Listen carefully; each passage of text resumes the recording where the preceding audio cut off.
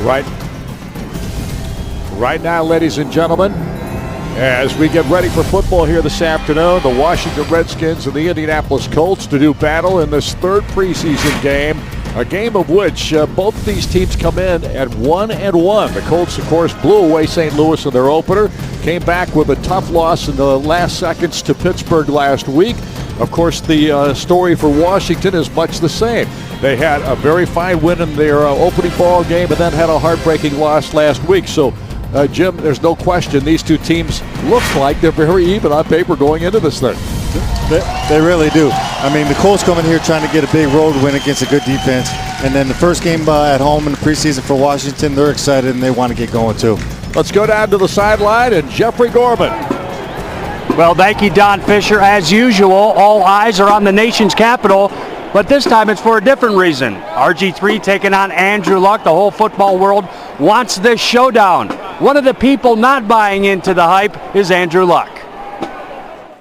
I think football's the greatest team game out there. And on my end, I'm worrying much more about what their defense is doing than what any opposing quarterback, who he is, what they're doing, and that's no slight to him in any way, and I'm sure he'd say it the same way. But it's a team game, and just not buying into it is, I guess, how you handle it.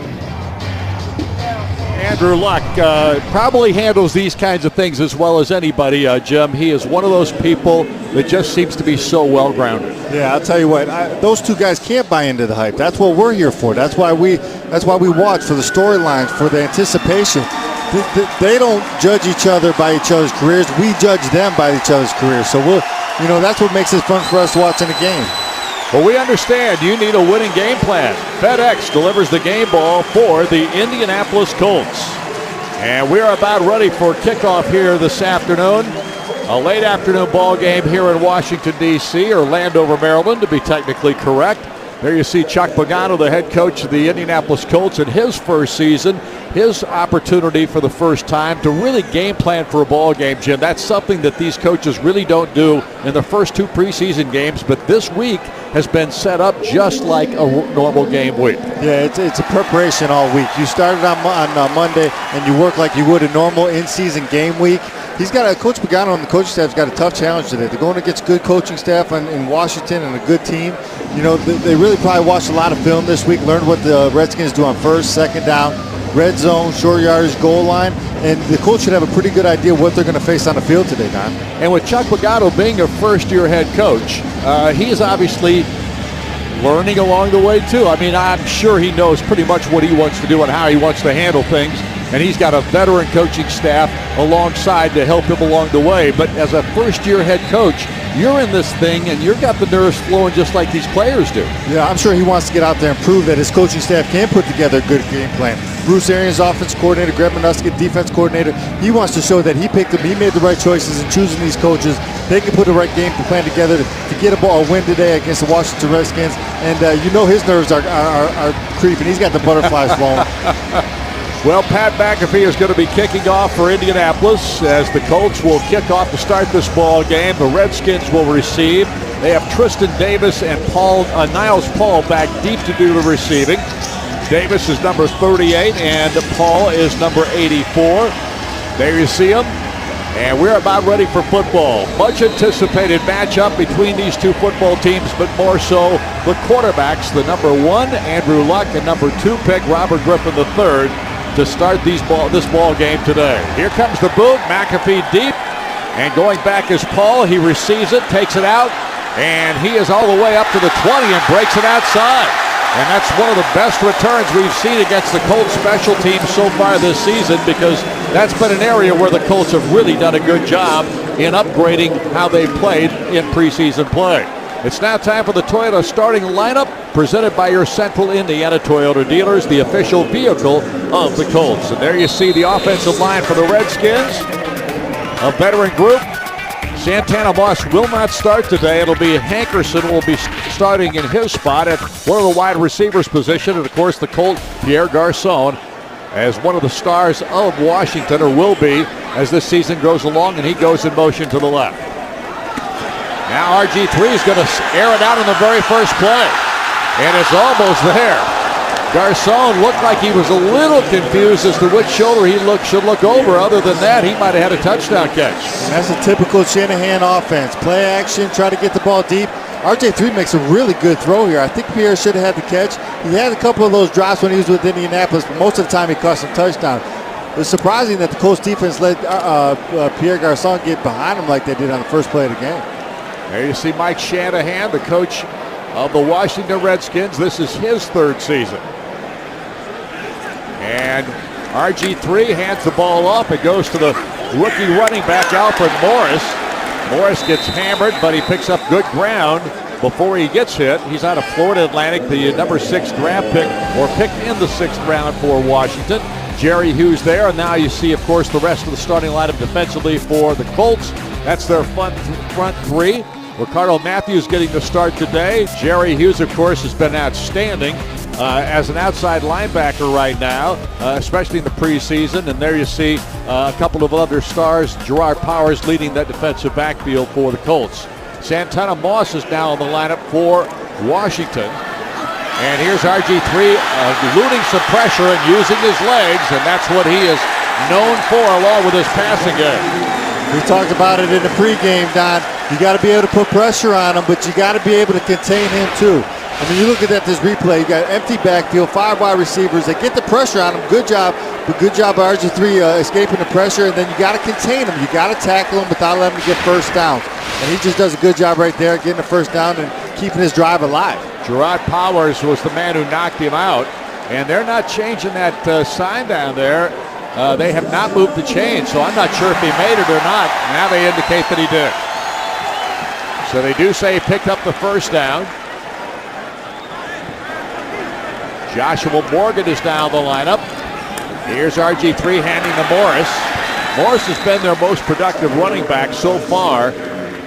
This preseason, he has gotten most of the carries for this Redskins team. They've got a lot of injuries in that running back position. They do. Their starter from last year early, Tim Hightower, gets a torn ACL in week 7 of last year, hasn't been back since. Evan Royster has a sore knee. Roy Halo Jr., the other guy stepped in for Hightower last year, has sore Achilles tendon, so they're on their 4th rookie running back this year. Garcon's back in the lineup now as the wide receiver to the near side of the field. And RG3 looks down the sideline, throws the football. Garcon makes the catch, but he is hit immediately at a good defensive play by the Colts, and DJ Johnson does a nice job there from his corner position.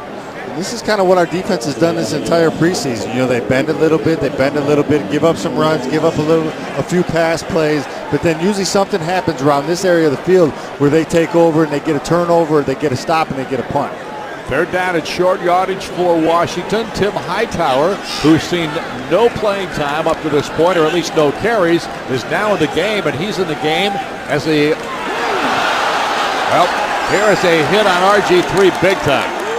Jarrell Freeman got in there and leveled him just as he released the football. You see it here on replay, Don.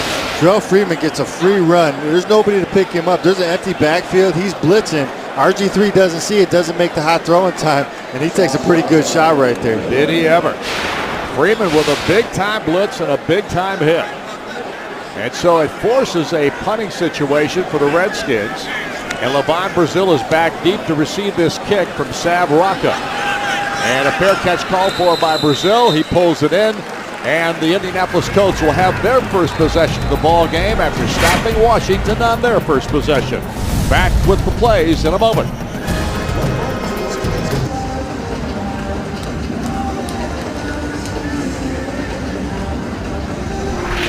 As the Colts take over the football, let's take a look at the Toyota starting lineup presented by your Central Indiana Toyota dealers, the official vehicle of the Colts. And there you see the offensive line. Offensive line has done a good job this first preseason games, only giving up 1 sack. And of course, Donnie Avery getting his first opportunity as a starter for Indianapolis, at least to be even in the lineup, not just as a starter, but just to be on the field. He has not seen any playing time yet. So this young receiver getting his first opportunity today. He lines up to the near side.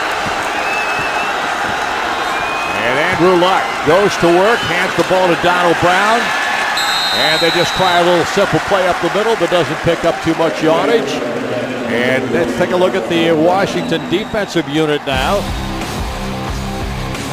That's the defensive front, followed by the linebacking core. London Fletcher seeing his first preseason action today.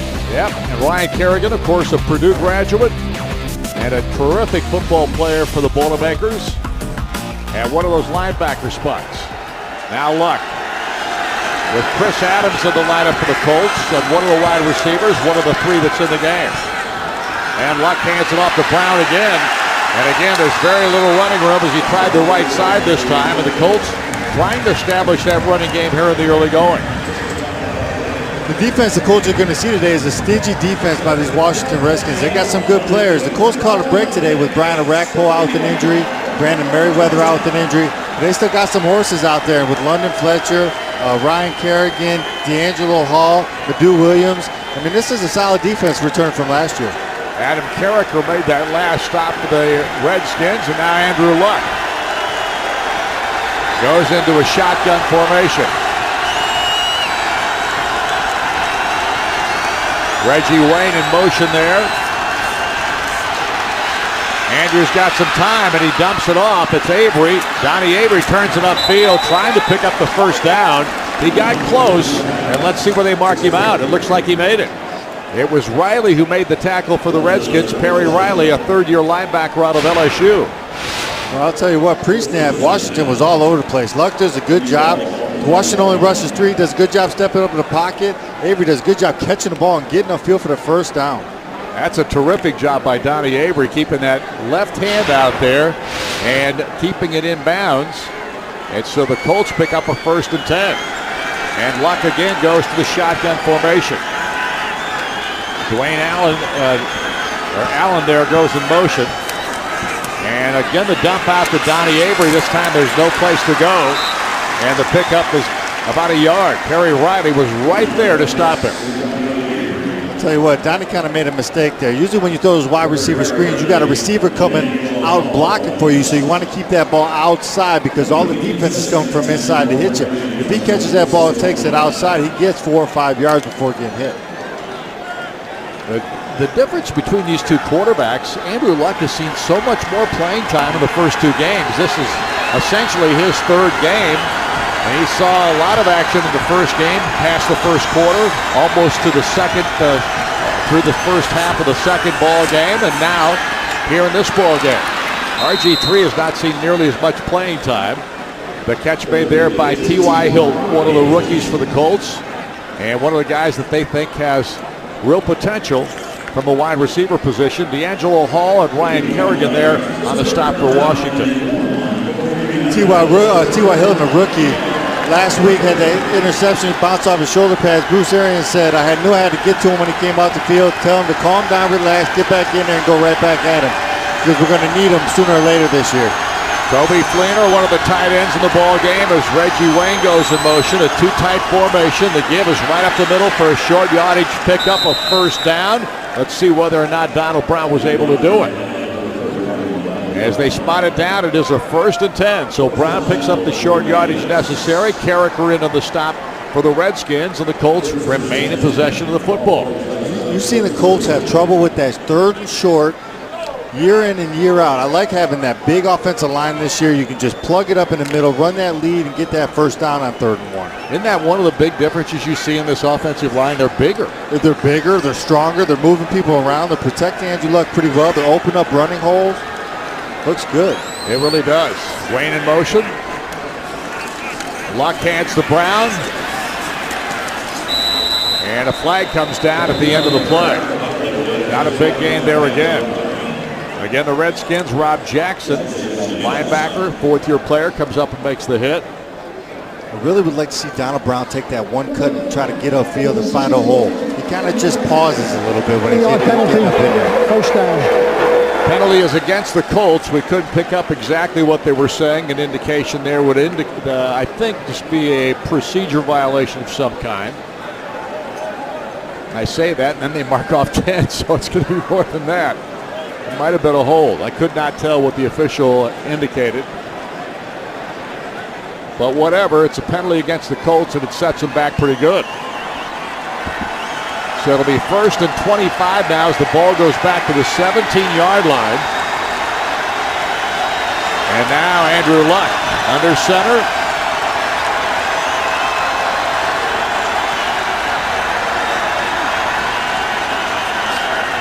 And he's going to go to the air. Avoids the first tackle. Got rid of the football. Allen could not pull it in from his tight end spot. And, of course, the one thing that Andrew Luck is going to do is he's going to throw a throw like that is in jeopardy low to make sure nobody else can catch it. Yeah, he does a good job here, but I almost think he kind of stepped up into trouble. Actually, a pretty good job, but you see he wants to get rid of the ball right there. He steps up and gets into a little bit of trouble.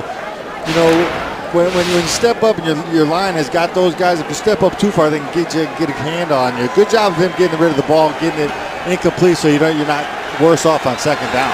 2nd and 25.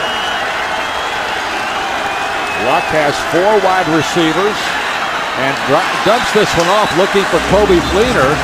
And this one apparently behind him, and he couldn't pull it in.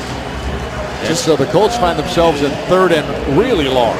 Yeah, it just looked like a little wide receiver screen there. I mean, nothing, empty backfield, bring a blitz. Doesn't throw the high route, little wide receiver screen, a little low. Kobe Fleener couldn't hang on to it, but it looked like it would have had some potential if we could have got it going. This is the first game at home for the Redskins in preseason. 3rd down conversions, incidentally, brought to you by Huntington. Welcome to the bank that's passionate about doing the right thing. Huntington, the official bank of the Colts.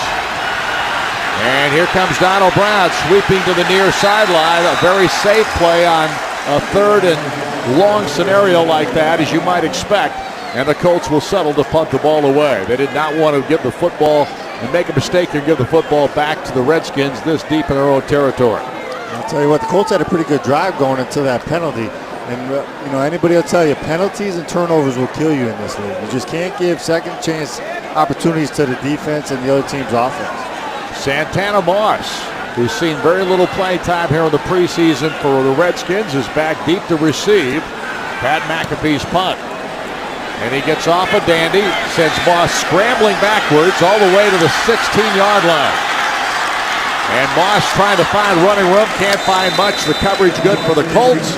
And so the Redskins will take over for their second possession as Cassius Vaughn came down and made the stop for the Colts. We'll be back with the Redskins possession in a moment.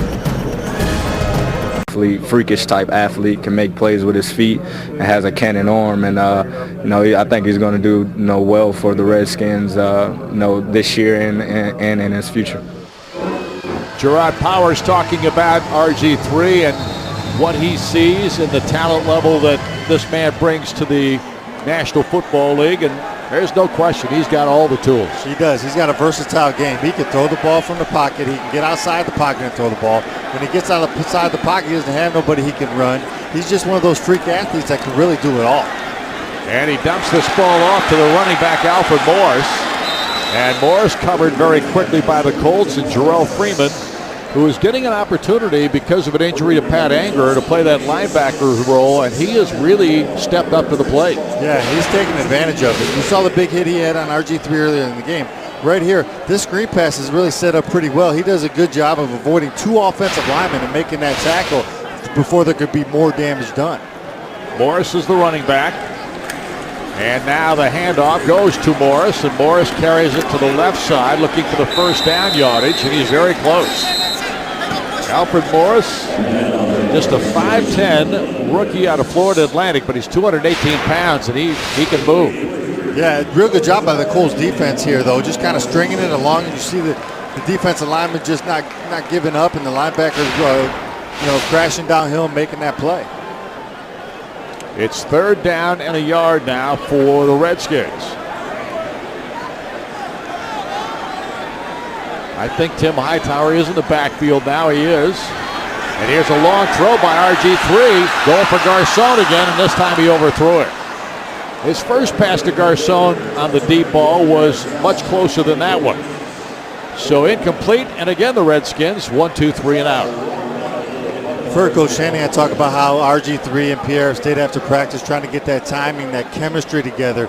And just a little bit off here in the first quarter, just missing a couple big throws down the field by a yard or two. And for the Colts, LeVon Brazil is back to receive this punt. And they sideline it over there, and it bounces, and it's touched actually by one of the Redskins, I think, and down inside the 5-yard line. I think the Colts will have to go deep from their own territory in this next drive, and we'll be back with those plays in a moment. There you see the Colts and the Redskins scoreless here at midway through the first quarter of this football game. You know, Indiana University Health is proud to support the strength of the Indianapolis community through its partnership with the Indianapolis Colts. IU Health, expert physicians, nationally recognized care. Discover the strength at iuhealth.org. Well, the Colts not in advantageous territory to start this drive at their own 3-yard line. That last punt, a 56-yarder, and down to at the 3 by the Redskins. And so, Andrew Luck has some work to do. Actually, they mark it at the 8-yard line, so it is not the 3. And the ball's thrown out here and intended for Donnie Avery, who got blasted just as the ball was there. It was a throw to touch high, and Avery tried to reach up for it, and he got hit hard by Tanar Jackson. Yeah, you see, it kind of releases his ball a little high. A little wet out there. We caught a little rain. Should have made the catch, but it was high and kind of left Avery a little hanging out to dry a little bit. Donnie Avery getting his first opportunity this year as a Colt. Ball player that the Colts received signed as an unrestricted free agent from Tennessee, now in his 5th year. Missed the first 2 preseason games because of injury. And now here is the handoff, and this is Donald Brown trying to make something happen with his legs as he's brought down by Josh Wilson. And the Colts now will have a 3rd down situation. Adil Williams also involved in the stop for the Redskins. Good job by Donald Brown making the first guy, number 51, Chris Wilson, in the backfield miss and get some positive yards on that play. That could have been dangerous for Donald Brown. 3rd down at about 7. Call it 3rd and 6 at the 12-yard line. This crowd revving up. 3 wide receivers set on the right-hand side. T.Y. Hilton's in the lineup there as well. Here's Andrew Luck over the middle. Nice catch made. Reggie Wayne. Who else for a 1st down? And Reggie Wayne is lining up in so many different spots now, Jim, where he used to be wide to the left side every single time. This guy's lining up all over the field, and he's a tough guy to keep track of. You know, and I never really understood why we did that with Reggie and Marvin. We kept them at their own position instead of putting playmakers in position to make plays. I really thought we could have used them how they're using them now. Motions, different alignments, kind of get him matchups that he could take advantage of one-on-one.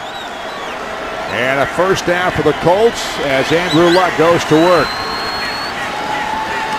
Takes the handoff on play action, and he gets buried. Redskins were waiting for him this time, and Chris Wilson was the first man in there to knock him down as the play action play didn't fool Washington at all. You know what? A little play action pass. You got the pulling guard in number 73, Seth Olsen. He doesn't get the block in the outside linebacker, and both outside linebackers said, hey, let's meet at the quarterback, and they met at Andrew Luck right there. And they lost about 10 yards. So obviously the Colts in another very difficult scenario here with 2nd and long, 2nd and 17. So for the 2nd straight series, the Colts have put themselves in some trouble, once with a penalty and now with a sack of the quarterback. And now the little dump off pass to T.Y. Hilton, and Jackson knocks him down after a short game. So yards are getting tough to come by here in the early going for both of these teams. They really are. This is a stingy Washington Redskins defense. Good job there getting the completions, getting it back to 3rd and manageable. I mean, at least they got a shot at 3rd and 12 instead of it being 3rd and 20 or more. Right. Inside 3 minutes now here in the first quarter. And Andrew Luck as a wide receiver at the top of the screen and 2 to the bottom. Luck decides to run, and he's going nowhere. Stephen Bowen, defensive lineman, 7th-year player out of Hofstra, makes the stop for Washington, and the Redskins force the Colts into punting once again. And this is what teams like Washington do on 3rd down. They move people around. They put people in the gaps. They get you to guess who's coming, who's not coming. Is somebody dropping out? Is somebody coming? And right there, you got the Colts guessing. They get the pressure on Andrew Luck, and they force a pump by the Colts. Pat McAfee will boot it away. Santana Moss is back deep to receive. McAfee had a beauty his first time. Let's see if he comes up with another one here. Moss backtracks a bit to the 26-yard line. Tries to cut it outside. I'll tell you what, had to be close to a hold down there on one of the Redskins on one of the Gunners, but they didn't call it. And Justin Hickman makes the stop of the play for the Colts. Redskins football when we return with more action here in the first period.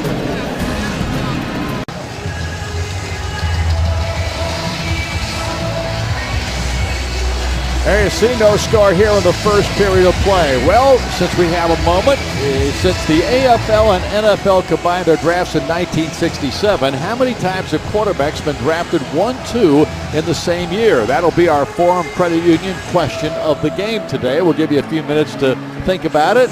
That's a good question. Jimmy, do you have it figured out already, you think? No, I know a couple of them. You have Tim Couch and Donovan McNabb. You have Peyton Manning, Ryan Leaf. You have these two. But I believe there was two more sets, so I'm going to say 5. 5 is going to be my answer. I'm not sure if I'm right on that. Here's a pitch back to Alfred Morris from RG3, and Morris finds a little running room on the left-hand side. Not a lot, picks up 2-3 yards. And it is Feely Mawala who comes up with a tackle for the Colts, the 4th-year defensive tackle from USC. I really feel like the Colts defense is doing a good job getting stops. I mean, they've done a good job on the first 2 drives of the game. Washington right now is winning this field position battle, so we got to do something either on offense, a big play on offense, or take over on defense to kind of change that this time around. RG3, Robert Griffin III in the shotgun formation. And he dumps this one out to the fullback out there, and a really nice stop by Chris Cooley. Cooley lines up as an H-back, a fullback, as a tight end, and of course he's listed as a tight end. DJ Johnson on the stop. Yeah, this was a good job by RG3, just taking what the defense gives him. Great job by DJ Johnson coming up, making that tackle, not allowing Chris Cooley to turn upfield and get that first down. Really good job by Johnson, who gets the start today at the corner. Tim Hightower's back in the lineup now with RG3 in the backfield.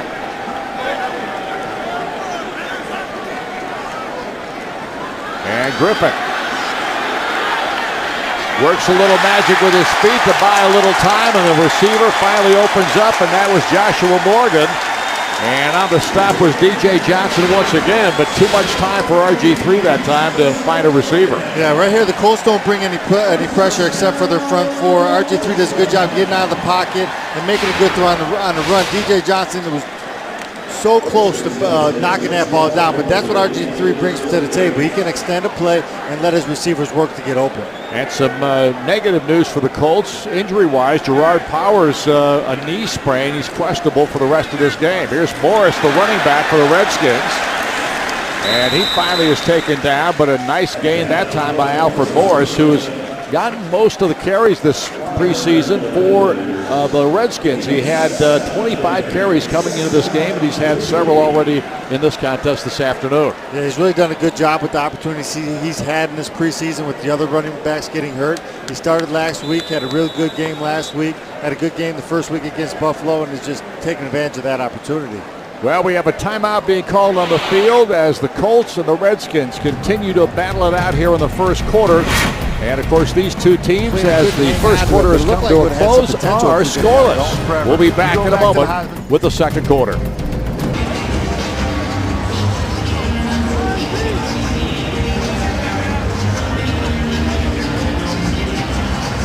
And at the end of one quarter of play, you see the score. It is neither team able to cross the goal line or kick a field goal here in the first period, so the defenses have been the factor thus far. We mentioned earlier our Forum Credit Union question of the game. Since the AFL and NFL combined with their drafts in '67, how many times have quarterbacks been drafted 1 and 2 in the same year? The answer coming up right after this next play. As RG3 under center, pitches it back to Alfred Morris, and Morris tries to go over the middle with the carry. Now our answer to the Forum Credit Union question of the game. And there you have it. Jim Sorgi hit it on the nose. He said he thought it was 5, and it's 5. Yeah. And there you see who they are. I couldn't remember the first two, Jim Plunkin and Archie Manning. I mean, You're just too young. I was 71. I was 9 years before I was born. So there you have the 5. And, of course, the question of the game is brought to you by Forum Credit Union. Your money, your voice. That's impressive that 2 Mannings are involved in that statistic. It is. It really is. And Griffin finds his receiver wide open. Nice catch made by Pierre Garçon. Cassius Vaughn brings him down immediately, but the Redskins move the chains. And they have the first legitimate threat here in this ballgame. You see the play action pass. Good poise in the pocket. RG3 ends up getting hit on that play. But good job of Pierre finding the hole in the defense, sitting down, making the catch. This is where we need the Colts defense to kind of knuckle down and get a stop here. 19-yard gain on that play, and the ball resting now inside the 20 at the 19. Griffin, the third, sends a man in motion. That's Cooley. Hands it to Morris. And Morris finds a hole in the outside, and he gets it to the end zone. Does he get it in? They still haven't signaled, have they? I think they indicated he is out of bounds at about the 3-yard line. Cassius Vaughn chased him, but could not bring him down. They just kind of sealed the end of our defense here and kind of created a nice hole. Good job by Morris staying upright. You see Jerry Hughes in there getting the start because of the Robert Mathis injury. Gets blocked here. He needs to get off that block and make that play. And so the Redskins with a 1st and goal. And this is Morris. And he finds a way to get it in the end zone. This kid looks impressive. He's done a really nice job of running the football out of tiny Florida Atlantic. Morris drafted in the 6th round of this year's draft and making a name for himself here early. And this is really the first time you've seen an offense really make a drive on our defense. The first preseason game they scored 3 points. The second preseason game they scored 14 points. One was on the 2 touchdowns. I'm sorry. Right. One was on the interception, return for a touchdown. The other one was on a wide receiver screen. That was actually the first drive where a team just kind of ran it down the field and stuffed it in the end zone. And so, Graham Gano will try the extra point kick here for the Redskins. He knocks it through. And the first score of this football game belongs to the Washington Redskins as they take the lead early in the 2nd quarter. We're back with a kickoff right after these messages. Redskins 7, Colts nothing. As the Redskins draw first blood here early in the 2nd quarter. And Colts fans, be sure to visit the Bud Light Tailgate tent across the street from just north of the stadium for pregame fun and $3 Bud Lights. Make the Bud Light tent your place before the game. I can guarantee you probably won't see any noses like that at that party. The hog noses. The hogs. Well, right now, Indianapolis trying to get their offense started, or will be, as T.Y. Hilton is back deep to receive this kick from Graham Gano. Gano and Neil Rackers is on this club now, and of course getting an opportunity. He's a 13-year kicker out of Illinois. And Gano's trying to win the job. Rackers is trying to be the guy that takes it from him. And we've got timeout call once again with no return. A touchback coming up from the Colts in possession of the ball. You see Mike Shanahan. Doesn't look happy, but he's got to be after that last drive by the Washington Redskins. There you see the Citizens Energy Group scoring recap. Drive that just took 3:59 off the clock, 8 plays. Morris 2-yard TD run, but Robert Griffin III looked pretty good in that drive. Yeah, he really did. But no coach ever looks happy. No, they don't. They never have that big grin on their face and let everybody know, hey, I'm satisfied with how my team's playing. Colts have it 1st and 10 on their own 20-yard line. And Reggie Wayne in motion. Vic Ballard is now in the backfield as the running back. And Ballard gets stopped before he ever gets started. Boy, the Redskins have really had good penetration. That was Josh Wilson coming in from the corner that time to make the stop. And several of the running backs have been down before they've really gotten started. I'll tell you what, look at this. I mean, the Colts right here, 1st and 10. Have 3 tight ends in the game, 1 wide receiver, and 1 back. I mean, you would never have seen that from the Colts for the previous 15 years. That is something completely new. They want to work on that power run game early in the downs. 2nd and 10. Ballard again, the running back. And this is Andrew Luck.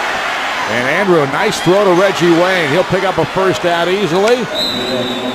And that time you saw a little of the Andrew Luck leg action. Yeah, and I'll tell you what, he does a really nice job. I see we go from 3 tight end set to a 4 wide receiver set. They end up bringing some pressure there. Andrew Luck does a nice job. You'll see it here on replay.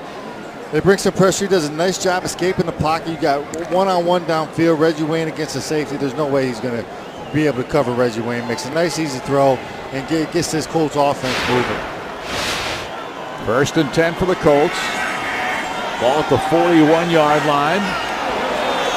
Flag comes out. Here's a throw to Reggie. And this ball's knocked down. Nice defensive play there once again by Josh Wilson, the corner, 60-year player out of Maryland.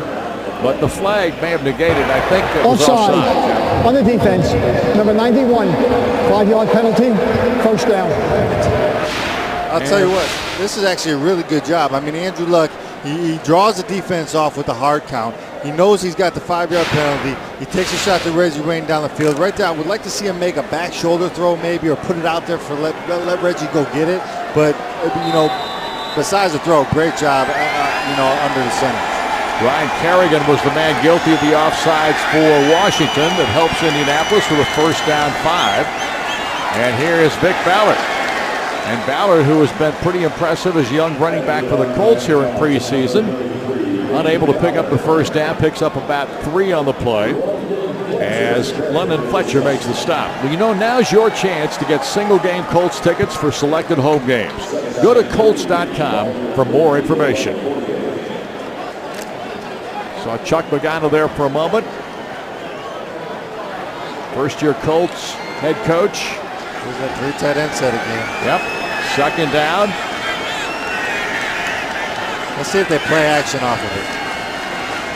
Well, they're going to throw off of it, that's for sure. And Reggie almost pulled that one in. It was thrown just a tad behind him, and he couldn't quite reach out enough and pull it in there easily.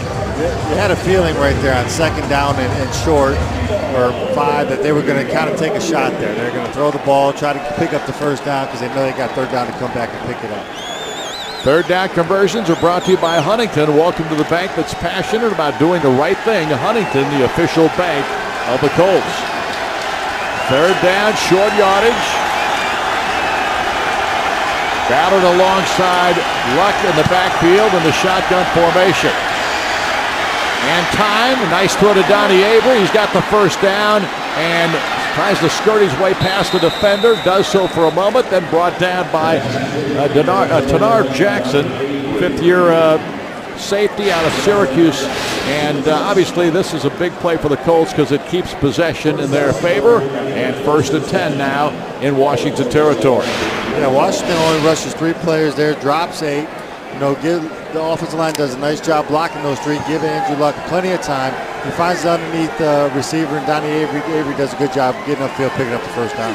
Wayne and Adams are wide receivers near side, and in motion comes T.Y. Hilton to the near side.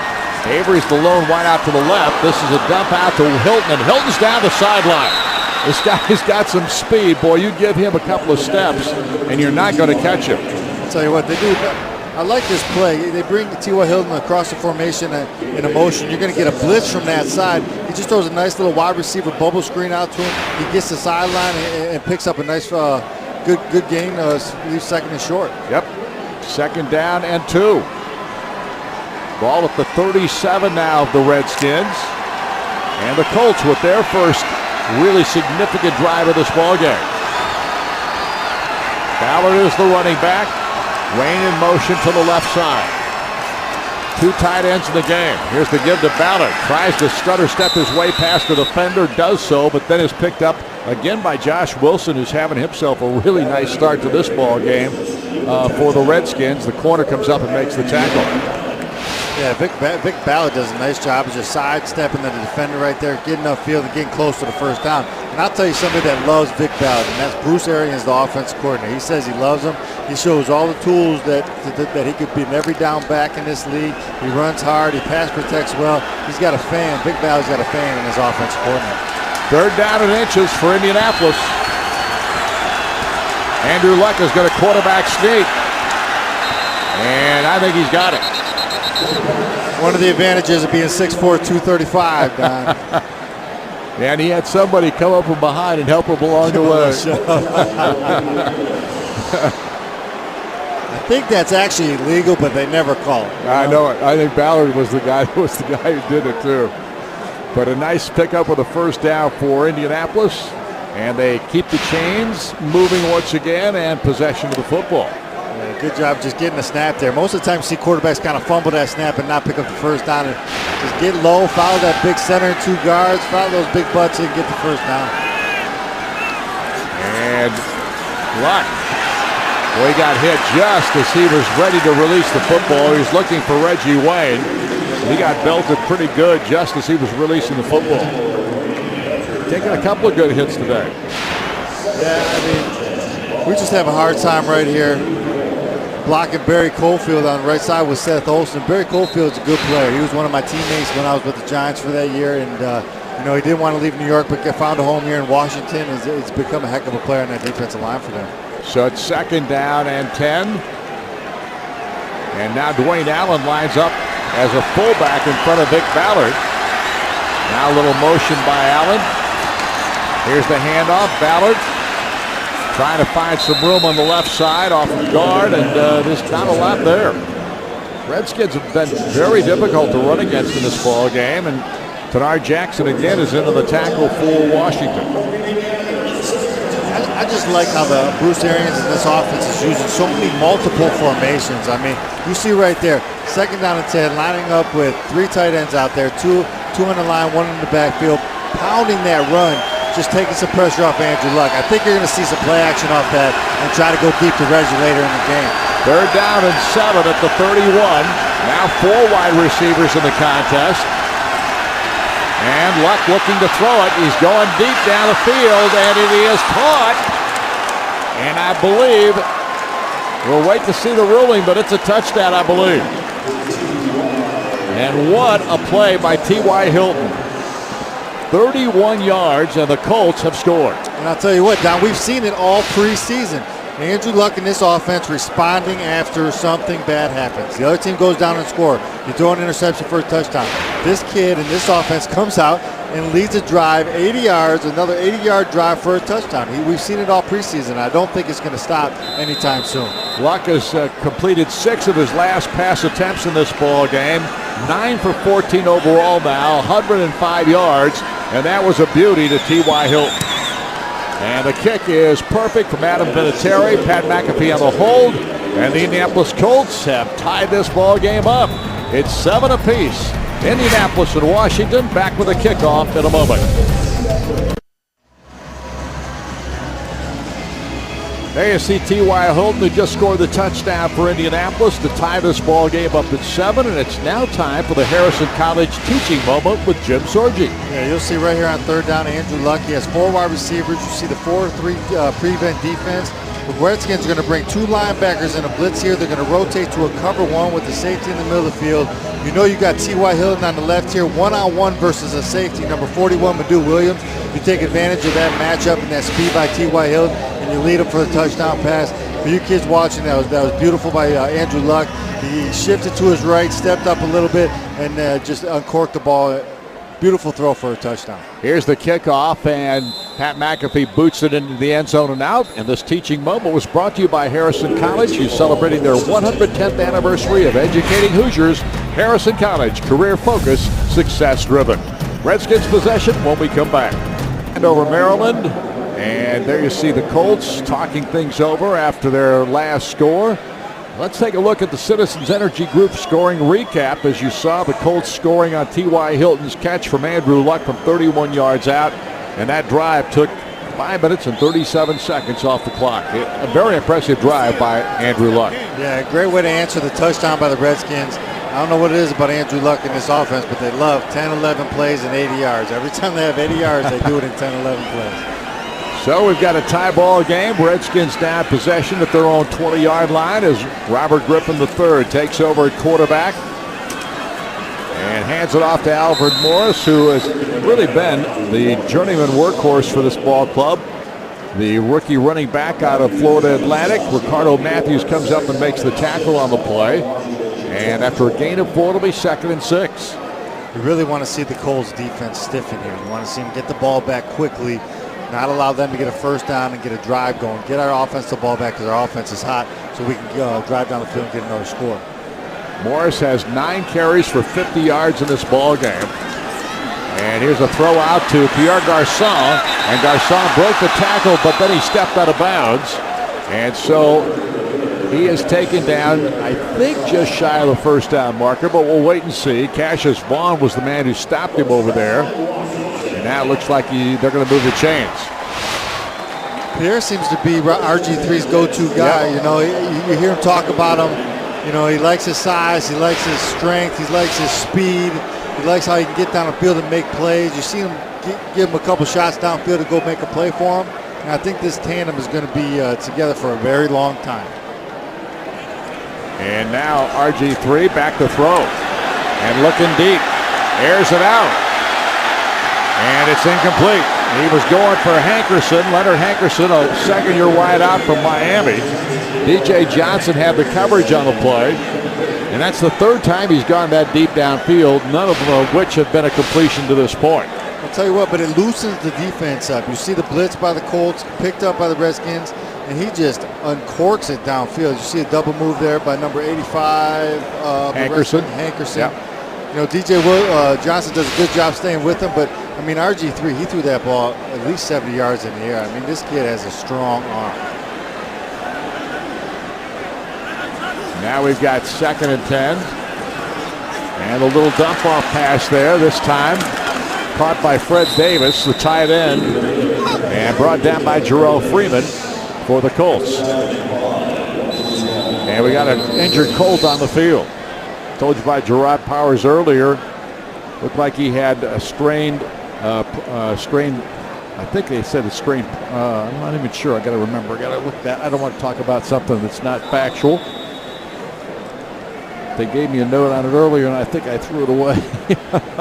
But Gerard Powers was questionable about coming back with a strain. I think it was a strained knee, but you know what? That doesn't hurt you. As long as he's healthy for the opening regular season opener, that's fine. It'll give these young guys, DJ Johnson, Cassius Vaughn, a time to get out there and play and get that in-game reps with the number ones against number ones. Right. Knee sprain was what they said Gerard Powers' issue was.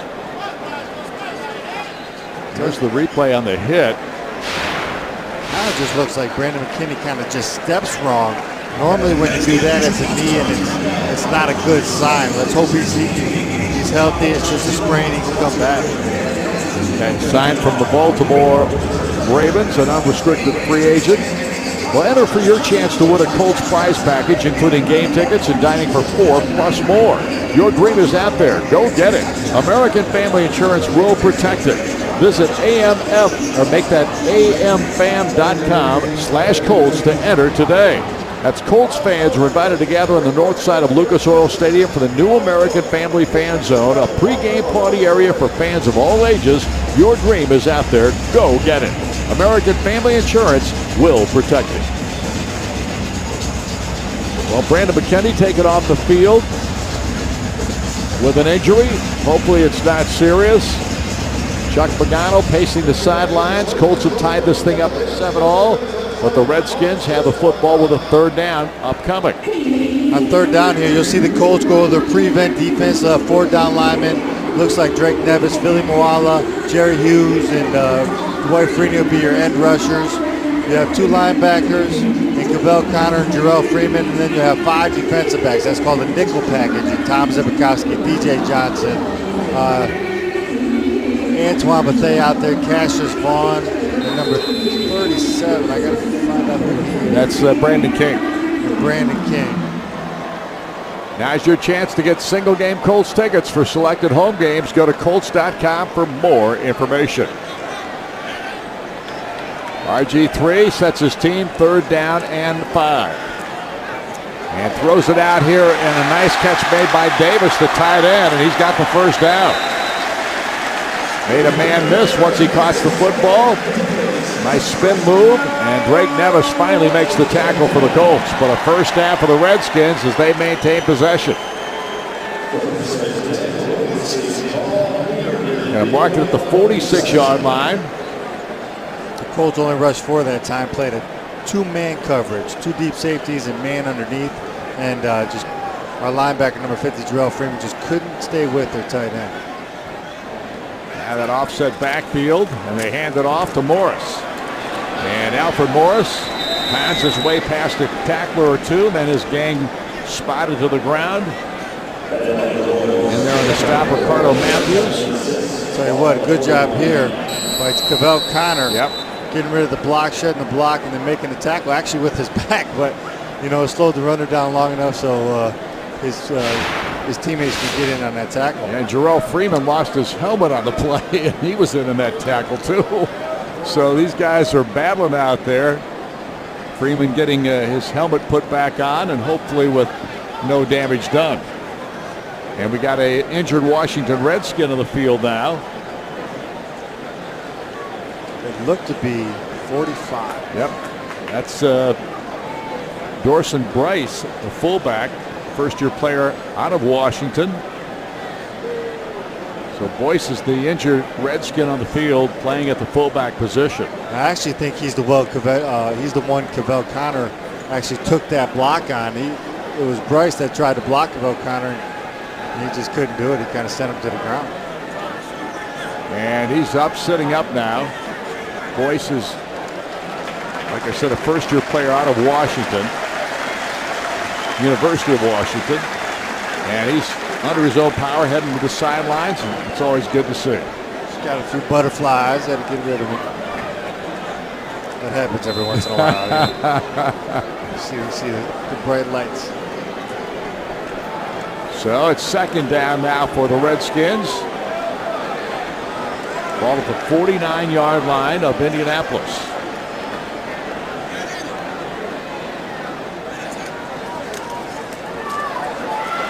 And this is Morris. Wow.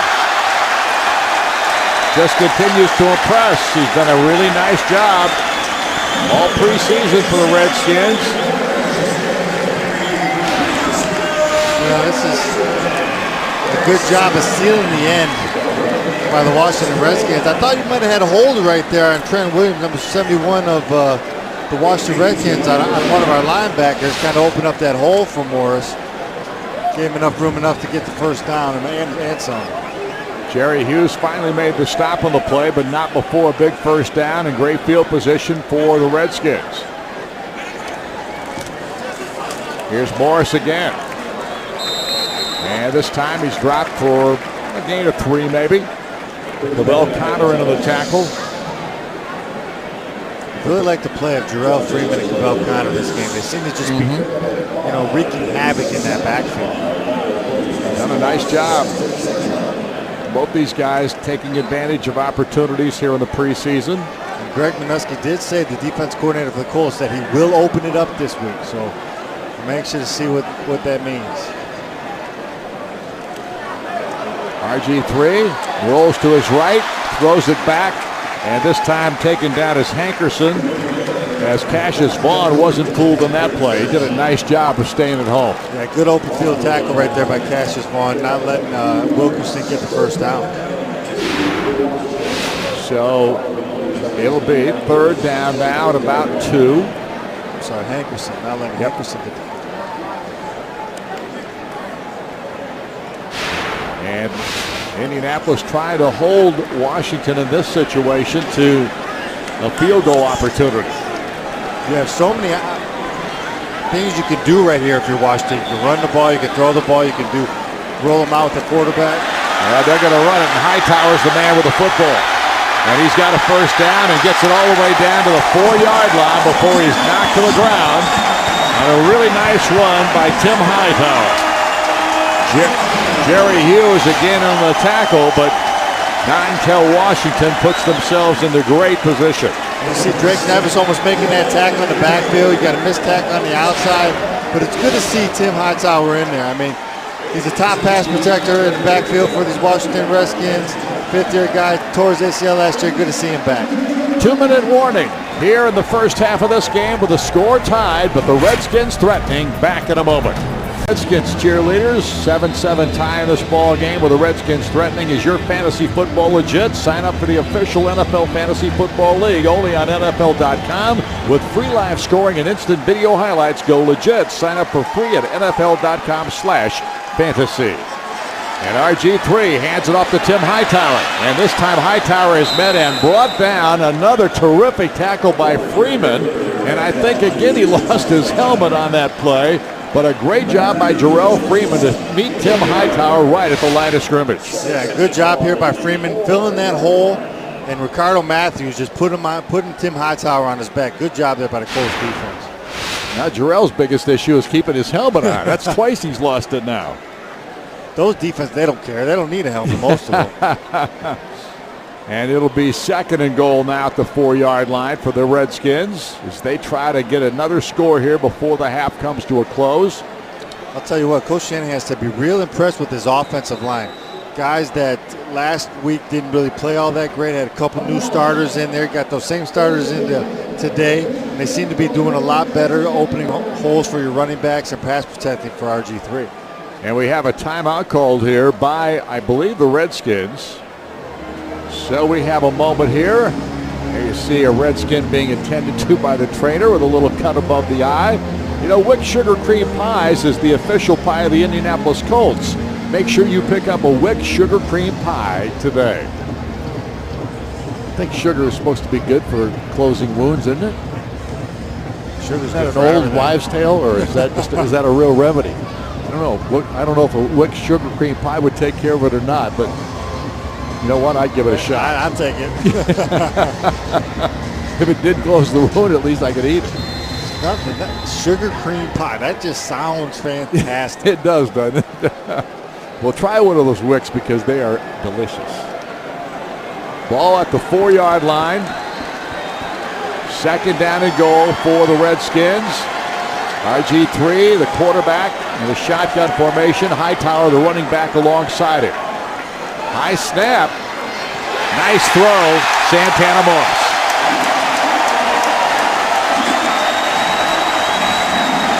Moss, the 12th receiver, with the big catch as RG3 found him beautifully. Yeah, on a little rollout. Yeah, great play design there by Kyle Shanahan, offensive coordinator for the Redskins. Just a little half rollout by RG3. You get him on the perimeter. The Colts actually brought pressure, so it left all the receivers one-on-one.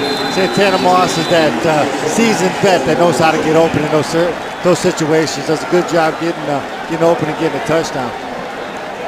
So the Redskins retake the lead. Now Neil Rackers will attempt the extra point kick. And it is up and through. And Washington has retaken the lead with 1 minute and 9 seconds to go in the half. You'll see the blitz off the slot receiver right there. Antoine tries to cover him inside out, which leaves all that open space to the outside. He just runs a 2-3 yard out route. RG3 does a good job putting it on the outside shoulder, getting in that pylon for a touchdown. So a nice job there by the Redskins to take the lead back. Let's take a look at the Citizens Energy Group scoring recap. There you see it. Santana Moss catching the ball for the touchdown. That was a long drive, 80 yards, and it took 6:18 off the clock. Very impressive by RG3. No, it really has been. The first game they had against Buffalo, he had 3 series, and they only scored 1 touchdown on a screen pass to Pierre, our Garçon, that went for 20 yards. Last week he had 6 drives in the Bears game. They only kicked a field goal, so you got to be real happy if you're the coaching staff for the Washington Redskins. They had 2 nice, solid scoring drives. They had a little miscues the first couple drives of the game, but have settled in nicely. And those 2 last drives for touchdowns. So you talk about the Colts answering the Redskins' first drive, and the Redskins coming back and answering back for the Colts touchdown drive. It's a real nice job by these 2 offenses. And now an opportunity for Indianapolis because, again, you won't see Andrew Luck very far into the 3rd quarter, but he's going to get an opportunity for a 2-minute offensive drive here at the end of the first half. Yeah, you give Andrew Luck 1 minute and 9 seconds. He has 3 timeouts, and seeing what he did last week in less time than that, I think we'll see a pretty good drive here by the Colts offense. Kick out of the end zone, so it'll come back to the 20-yard line and a 1st and 10 for Indianapolis on the touchback. You know, when the Colts win, you win at all Indianapolis area Denny's. Come to Denny's the day after a Colts win from 6 to 10 a.m. and you get a free Colts fan slam with the purchase of a beverage. Now that's a deal. So the Colts take over, 1st and 10. And Donald Brown is back in there at the running back position. Chris Adams, Reggie Wayne, Donald Avery, Donnie Avery. Wide receivers in the ball game. And Andrew Luck has Brown alongside him in the backfield with the shotgun. 1st and 10 at the 20.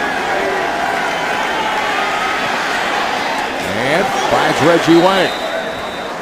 Yeah, this is one thing that the Bruce Arians offense does. They don't run the same formation every offensive play in the 2-minute like we used to do under Tom Moore and Clyde Christensen under head coach Jim Caldwell. They'll line up in different spots. 6-yard gain of the first play. Andrew has to step up this time. And how about that throw to Donnie Avery at the last possible second that he was going to get hit? He got rid of it. Good job calling the timeout there. Andrew Luck got hit, was on the ground. You really weren't going to get the rhythm that you wanted. And we're going to see it again here as timeout is called. Yeah, good job stepping up. You know, he's looking. He finally finds somebody. Takes a nice little shot, but gets the completion for a first down. And so the Colts will retain possession or actually move the chains. And clock is stopped with 42 seconds to go. The Colts did call a timeout there to stop the clock. And so the ball now resting at the 32-yard line. They still got a long way to go just to get in field goal territory. They do, but the whole goal of a 2-minute drill, unless you need something, like it's at the end of the game, you need a touchdown to win, you need a field goal to win. Your goal before halftime is to get in field goal range. I'm going to do what I can to get in field goal range, be able to get some points on the board, and then after I get field goal range, then you start looking for touchdowns. How can I put this ball in the end zone? Avery is the receiver at the bottom of your screen. Reggie Wayne is at the top along with Chris Adams. Brown in the backfield. Luck. Now he's going to run with it. And he slides down to the turf right around the 40-yard line. Chris Wilson came up to make sure he did a slide. Trying to quickly line up. 2nd and 3. Luck over the middle. Adams makes the catch. That's a first down. I'll tell you what, that was all Reggie Wayne. Reggie Wayne draws so much attention from a defense. You'll see him hook up right there on a little 5-yard hook, and then Chris Adams coming in behind him. You'll see it right here on replay. You know, you see mostly Andrew Luck. He's going to do a good job just sitting there. You see Reggie Wayne draws so much attention, and Kobe Fleener, that Chris Adams is able to run like 14, 16-yard in route behind him and is wide open for a good first down and close to field goal range. Yeah, they got it down to the 42, 43-yard line now of Washington. And 16 seconds remain in the half. They still got one timeout left. So a throw to the sideline perhaps to stop the clock without using that timeout. We'll see. Probably need to get down, what, 35-yard line or so. I saw Vinatieri in pregame warm-ups. He was kicking around a 55, 56-yarder. So that would put him, you know, roughly at like the 41, 40. Here's a throw to the sideline. T.Y. Hilton looked like the intended receiver, but that ball was way wide. Hilton looked like he turned down toward the end zone, and I think Andrew Luck was expecting him to turn back the other way. He turned toward the sidelines on that one. So the incomplete pass stops the clock. 12 seconds left. They still have one timeout left. Vinatieri did kick a 53-yarder before halftime last week against Pittsburgh. So if they can get him 4, 5, 6 more yards, he can take a shot at it. Ball's at the 43 right now.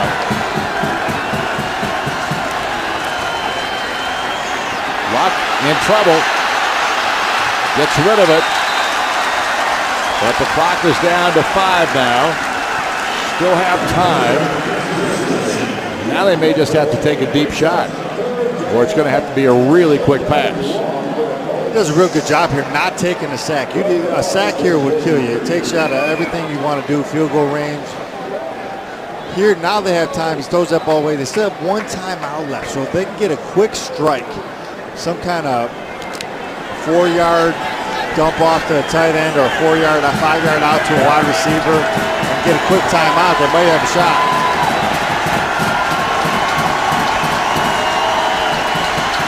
And Luck looks. He's going deep.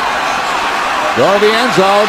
And Adams jumps up there, had his hands on it for a second. It got knocked away at the very end. Reggie Wayne was also there. A pretty good play by Washington, but well, what a shot that was. And I'm telling you, Chris Adams had a crack at it, I think. I think he had it for a second. He did. Reggie Wayne's still down. That worries me. All right, let's fly down to the field with Jeffrey Goldman and Coach Pagano. Coach Pagano, late score by Washington. Pretty even game. What's your message to your team at the half? Well, we can't shoot ourselves in the foot offensively. You know, in that first quarter, you know, we get it off the 10-yard line. We get a couple first downs, and we get a questionable call, but we get a chop block. You know, we kill ourselves. Then we're taking too many sacks. We got to protect the quarterback, and then defensively, we got to set the edges and get this run game calmed down. Coach, how long do you see your starters playing in the second half? We'll bring them out and start the second half and get at least a good series out of them. Best of luck in the second half, Coach. That was head coach Chuck Pagano talking about the first half here at FedEx Field. His Colts are down 14-7. We've got a short halftime. We're coming back with a whole lot more Colts action. The rain has held off. Thank goodness the rain has held off. And we're coming back with more Colts football. We'll have GM Ryan Grigson will be joining us, and you'll hear from the GM and what to look for. Half of this football game, and Colts win, you win. Get 50% off your regular menu price online order the day after the Colts victory. Log on to papajohns.com and enter promo code COLTS50. Papa John's, proud sponsor of Indianapolis Colts football. And a great deal if you're a Colts fan back home. I'll tell you what, we talked about those two quarterbacks in the first half. Andrew Luck, 12 of 20, 136 yards and a touchdown. Robert Griffin, 10 of 14, 73 yards and a touchdown. We talked about Griffin's slow start, but he hit 8 of his last 9 passes. So both quarterbacks kind of getting in the groove here. Let's hope Andrew Luck can take this opening kickoff in the second half and drive it down the field. Colts have T.Y. Hilton in the end zone to receive this kick. Graham Gano with the boot. And T.Y. Hilton's going to run it out. Hilton, nice move there to get loose for a second. Barely gets it across the 20, however. And here comes Andrew Luck onto the field to start the second half of this ball game. This might be the only series we see Luck in the third quarter. We'll see about that. Kind of depends, I think, how quickly, or if they have a long drive or whatever they do. I think it's coaches' decisions, kind of what they see out there and what they like and what they feel they still have to accomplish. Yeah, I mean, I suspect they've seen enough out of Andrew Luck's arm tonight. I think that, you know, this drive is going to be more trying to get some rushing yards, get Donald Brown going, maybe see Vic Ballard in there. Just kind of get these guys kind of, you know, into the game a little bit. Only 25 rushing yards in the first half is just not going to get it done. Only 2 penalties in this football game, 1 in each ball club.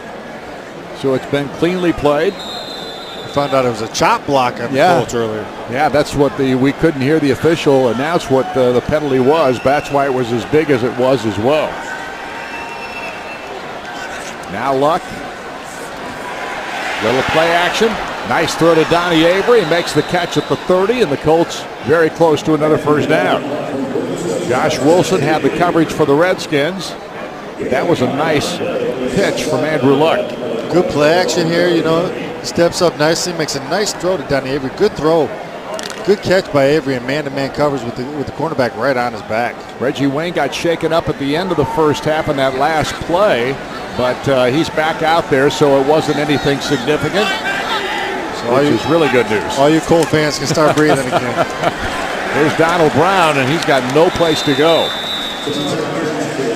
Denard Jackson again into the tackle. If there has been one aspect of this game tonight that I think has not been pleasant for Coach Chuck Pagano, it would be the fact that they haven't been able to establish the running game at all. You know what? And the offensive line has given up too much pressure on Andrew Luck. He's moved around back there a lot. He's gotten sacked a couple times. There's a few more things we need to shore up. Third down conversions brought to you by Huntington. Andrew Luck hands it off. This time right up over the middle they go. And the first down complete. And a nice play to Dwayne Allen there, the fullback, acting as the fullback from his tight end position. So a nice little run by Dwayne Allen for the first down. Welcome to the bank that's passionate about doing the right thing. Huntington, the official bank of the Colts. And, of course, they bring us our third down conversions. Now Donnie Avery and Reggie Wayne are both split to the far side of the field with Chris Adams split to the near side. Brown, the running back, behind. Andrew Luck under center. Throw out there to Donnie Avery was a little short. Avery was able to pull it in and make the catch, or was he? Now they're signaling, they're waving it off as the ball hit the ground first. So incomplete pass is what the ruling is. We'll take a look at it again here. You hear people talk about Andrew Luck's arm strength, and this is what they're talking about. Sometimes it just looks like he doesn't really get his body into the throw, and is a little short on out routes and throws to the outside perimeter of the field. I'm not so sure that ball wasn't caught. Chuck Pagano's got the red flag out there. Good throw, Coach. I mean, honestly, I thought Donnie Avery got his. Yep, he's going to challenge it. There you go. Yep, there comes the challenge flag.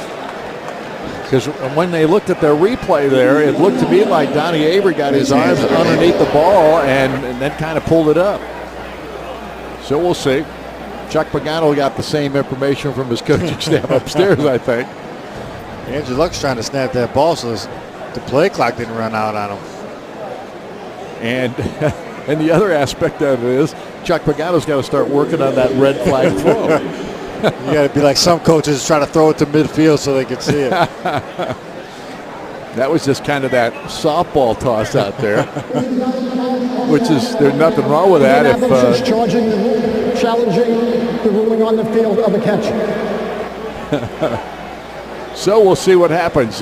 First time we've had that opportunity, I think, in our two preseason games, and I'm not sure I saw one against Pittsburgh either. I think the Colts game at Pittsburgh, I don't think had a challenge flag in it. I think that's the first time Coach Pagano. That's the first for him. He's got to be excited. Yeah. He got the challenge flag. Got to do something else he hadn't done before.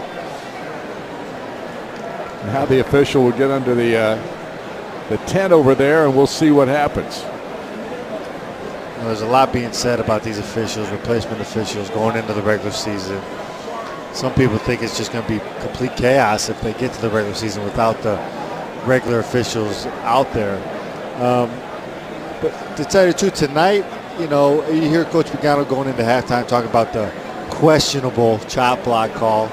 You hear the referee right there say charging instead of challenging. I mean, obviously not big things, but just little things you notice about these officials. But in the two games I've done with you, the one against St. Louis and this one here, I thought the officials have done a decent job. I mean, we haven't noticed them as much as other games. Take another look at this pass and whether or not Avery got his hands down. He did. He got his hands underneath the ball. Now, whether the ball touched the ground after he got his hands underneath it, I don't know. Because you really couldn't tell that, but I can honestly say he got his arms underneath the ball. Then you get in that gray area. Is there evidence enough to overturn it, to confirm it was a catch? Or is it just too muddy that you just got to leave it as it is? Hopefully they overturn it. It'll give the Colts a nice little 5-6 yard game. We'll get third and manageable. You see Andrew Luck wondering what the call will be. Look at him pumping up his teammates. I like that. Talk to him, Andrew. Get him going. This young man has all the intangibles. He's special. There's just no question about it. As RG3 is too. There's no doubt they believe that he is the guy for the future here in Washington. They talk about these two quarterbacks. Not only their skill set is phenomenal, so many talented things about these guys, so little flaws coming into the NFL. But the one thing that people say about them is just outstanding people. Just guys quality guys you want on your team, good teammates, and I guess that's just a perk to being able to do what they do on the field and to be good people. It just shows you that the stars of this league, can be down-to-earth guys and role models for the kids today. Now, question for you, Jim, because you're a former quarterback, obviously a very smart guy. A quarterback like Andrew Luck coming into this league, realistically, you can't be ready for everything, but he seems to be ready for most things. When people say he was the most quarterback ready with the least amount of flaws coming out of college ever, and that includes Peyton Manning, I completely agree with him. I think he's got the total package. He's got the feet to get out of trouble if he needs to. He's got the arm to make every throw in the league. He might not have the strongest arm, but he just has all the intangibles, and he's a great person. Here we go. The ball hit the receiver's hands and pulled it into his body. It will now be second down and 4 on the 39-yard line on the left hash. Please reset the clock to 13:08, and the clock will start on my whistle.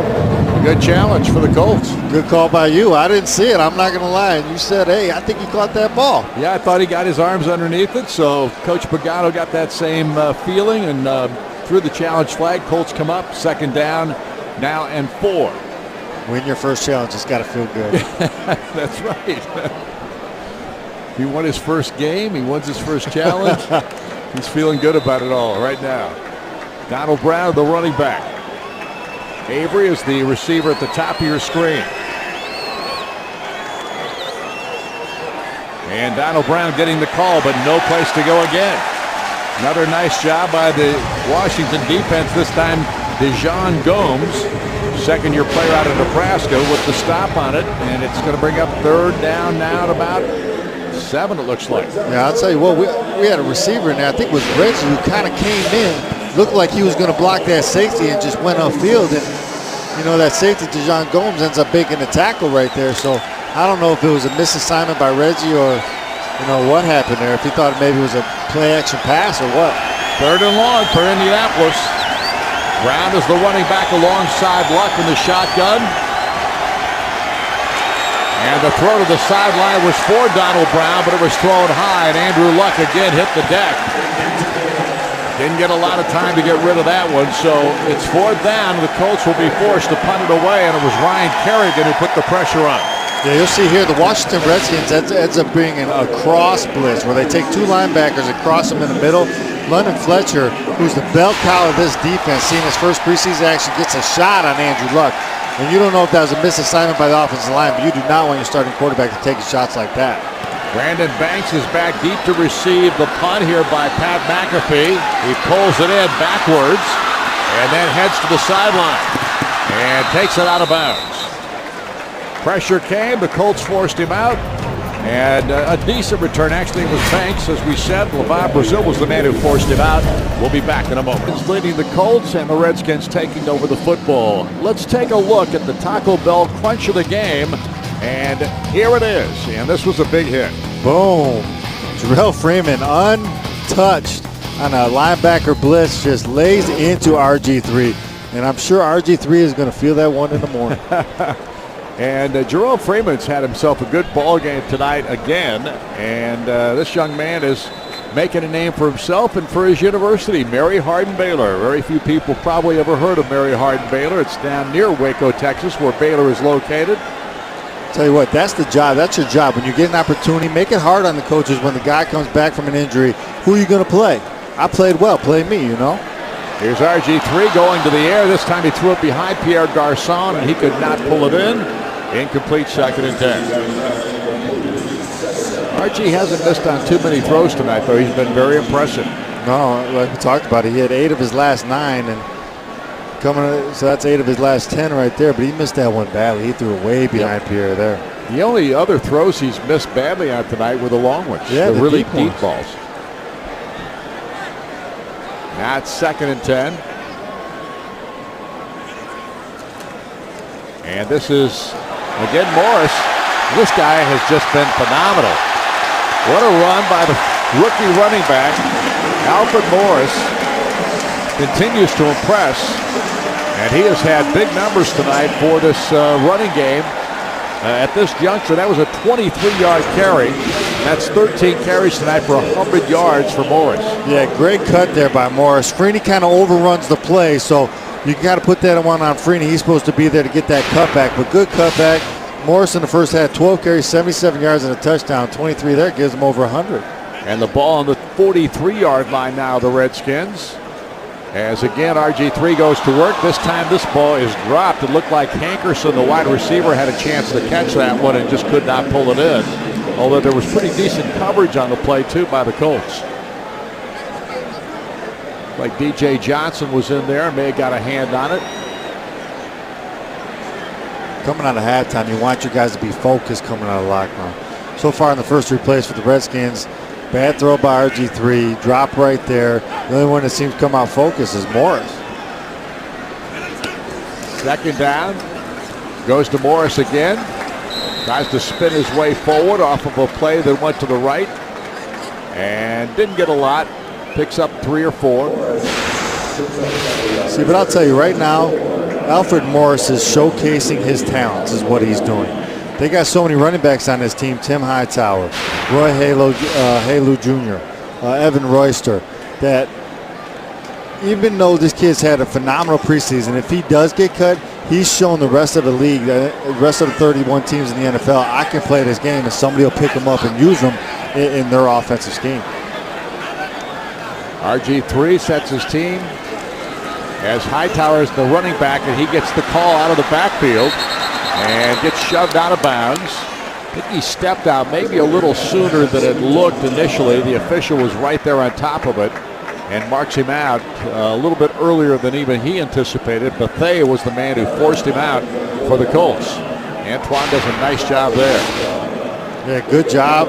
Force him out of bounds. Kind of misses the tackle there, but doesn't give him enough space to reach out and get that first down. Makes Redskins punt. Yep, 4th and 3 and a punt coming up here. Fair catch being called for by Brazil, and he makes the grab right at the 15-yard line. So the Colts defense stiffens there at the end, and it is still 14-7 lead for the Redskins as we go to break.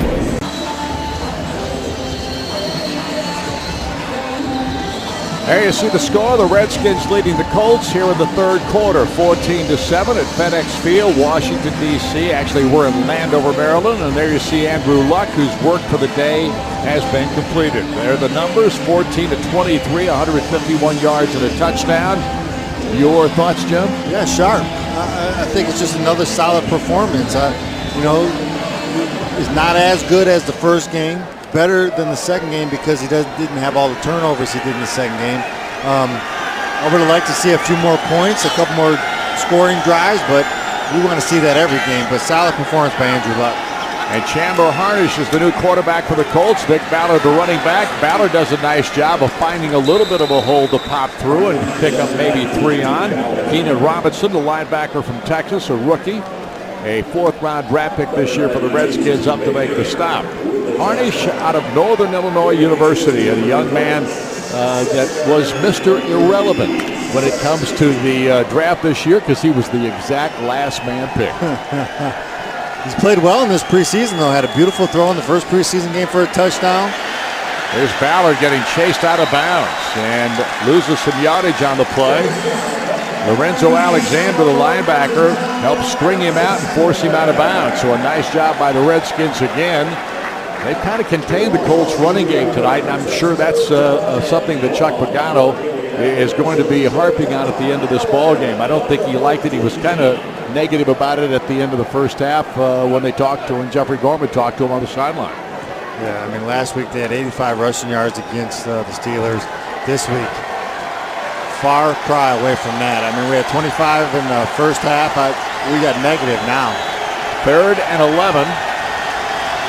Ballard's back there in the backfield. So is Dominic Jones, and we have a flag that came down late. Delay of game against Indianapolis. 5-yard penalty. Go down. This makes it so tough. I mean, you're already 3rd and 11. You get that delayed game. Now it's 3rd and 16. It's tough to pick up this yardage on defenses like the Redskins that are so tough. Hilton and Brazil both split to the far side. Adams to the near side. Jones in the backfield with Ballard and Chandler Harnish. And he gets belted in the end zone for a safety. Chris Wilson came shooting through for the linebacker spot and brought him down in the end zone. And so the Colts give up a safety here to make it 16-7. Yeah, really nothing you can do there if you're Chandler Harness. Jeff Linkenbach, number 72, just gets beat on the play. He's in there before he can get rid of the ball, and unfortunately it was in the end zone, so it ends up in a safety, but just tough play for the Colts offense. So things challenging here this evening for Indianapolis in regard to some of the scenarios that have taken place, both offensively and defensively. And we got time out of the field with the Colts now trailing 16-7. Dwight Freeney talking as the Colts have just given up a safety and now trail 16-7, and Pat McAfee will punt it away here to the Redskins. And he gets off one of his shorter kicks. It bounces down, picked up there by, it looked like Brandon Banks. And Banks, who is a good return man, is brought down, contained, and brought down inside the 40-yard line. Well, Geico, 15 minutes could save you 50% or more on car insurance. To see how much you could save, call Geico at 1-800-947-AUTO or visit geico.com. Rex Grossman is going to take over at quarterback for the Washington Redskins. 6'1", 10th-year player out of Florida. Whoa. They're booing him. Wow. In his home stadium, that's terrible. That's terrible by these fans. And here's a handoff to Hightower, and Hightower finds a hole on the right side, carries it through it. Well, Rex is one of those guys who has had an interesting career, to say the least. In Chicago with the Bears, now with the Redskins. People forget he took the Bears to a Super Bowl appearance. Yeah, they forget. Granted, I have a Super Bowl ring on my finger from that appearance because we ended up beating them that game in the pouring down rain in South Florida. But, I mean, not many quarterbacks can say that. Now here's a pitch back. It comes to Hightower again. This time the Colts do a nice job of diagnosing it and stopping it for no gain. Let's go down to the field now with Jeffrey Gorman for the Toyota Sideline Report. Well, thank you, Don Fisher. Joining me now, one of the newest Colts, seeing his first preseason action and a very successful first half for Donnie Avery. Hey, what's up, man? I'm glad to be back. You know, it's first preseason back. You know, just coming back and just glad to be out here. What sort of things are you going to bring to the Colts offense, Donnie? You know, whatever they want. If they want deep threat, they want possession, they want blocking. I'm here. Talk about the leader of this offense, Andrew Luck, and his familiarity after about a month in training camp and obviously the third preseason game. He's a great leader. You know, he knows how to call the plays. He knows how to put guys in positions to excel. So we're just following behind him. Being a veteran, are you going to need some action in the fourth preseason game to get rolling? I don't know. You know, we'll see.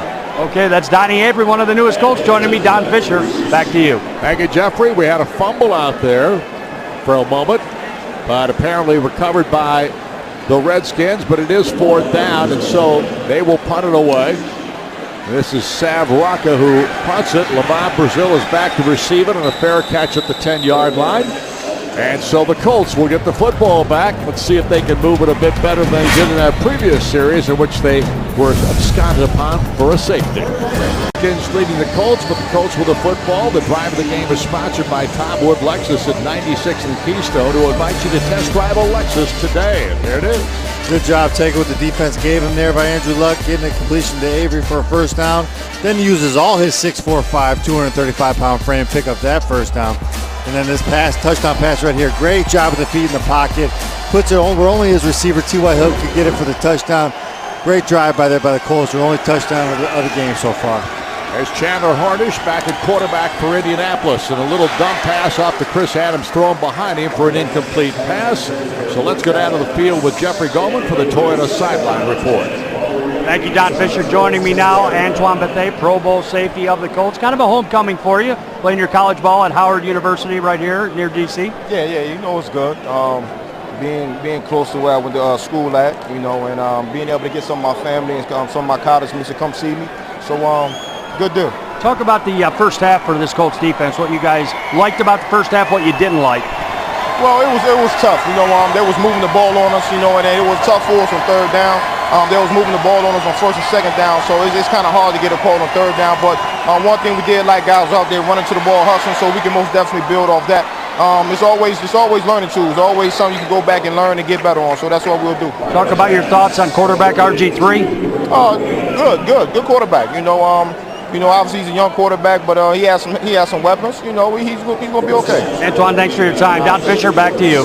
Thank you, Jeffrey. Griff Whaley just made a heck of a catch off Chandler Harnish's throw at a first down for Indianapolis at the 23-yard line. So the Colts move the chains on this possession and go back to work with Harnish under center. And this handoff goes to Vic Ballard. Ballard trying to weave his way through some defensive players, and another helmet goes a-flying. That's at least the third time tonight we've seen a helmet from the Colts off of a player's head. This time it's Vic Ballard who can't hold on to it. Lorenzo Alexander was the man who came up with the tackle. You'll see after the handoff here, it looks like Vic wants to cut back, but he sees the cutback lane's not really there. So he kind of just puts his head down and gets what he can. Actually a good hard run, gets his helmet knocked off, but he'll be all right. Ballard stays in. Harnish with Adams wide left. Fakes the handoff, and the little dump pass gets knocked to the ground. And very fortunately, because, man, he threw it right into the arms of Marcus White, who was right there and almost picked it off. Yeah, it was just a little naked. We're trying to bring a right. It's tough. When you're a right-handed quarterback, you fake that. You'll see it right here on replay here. Chandler Harnish is a right-handed quarterback, so he makes that fake. When he's coming around, he's got to turn his whole body around to make that throw because he's right-handed, whereas the left-handed quarterback can make that throw easier. So that's why you see normally right-handed quarterbacks faking and coming the other way so they can get the throw off. Now it's third down at about 7. Harnish out of the shotgun, steps up, rolls left, and gets blasted. Just no place to go. Lorenzo Alexander, the first man to meet him, and the Redskins defense has really been tough here in the second half. They've made some adjustments, and whatever adjustments they've made have worked. Yeah, you'll see it here. Number 97 for the Redskins actually has Vic Ballard in coverage. So when Vic Ballard steps up like he's blocking, he comes because he knows that's my guy. If he's not going to go down the route, I can get in there and try to sack the quarterback. And he ends up getting there and getting a sack and causing a punt. Brandon Banks is back deep to receive Pat McAfee's punt. McAfee gets this one off, sideline corners it, and it goes out of bounds. Whoop, it's actually bouncing backwards, and then it finally is down. And really, I don't think I've seen Pat McAfee with that short of a punt in a long time. It's just got kind of a bad break not there. Coming off his leg the way it normally does. Nope. Score is 16-7. Redskins on top, and they'll have the football when we return. Indianapolis Colts here in the third quarter, and they will have great field position to start this next drive. Win a year's supply of Bluebell ice cream and a pair of sideline seats for the Colts home opener with the Vikings. You can register now at Colts.com/Bluebell. Bluebell is a proud sponsor of your Indianapolis Colts. And the Redskins, now directed by Rex Grossman. And Grossman throws it over the middle. Catch is made by Anthony Armstrong, and he goes down immediately. The gain will be good for a first down and then some. Yeah, good play action here by Rex Grossman.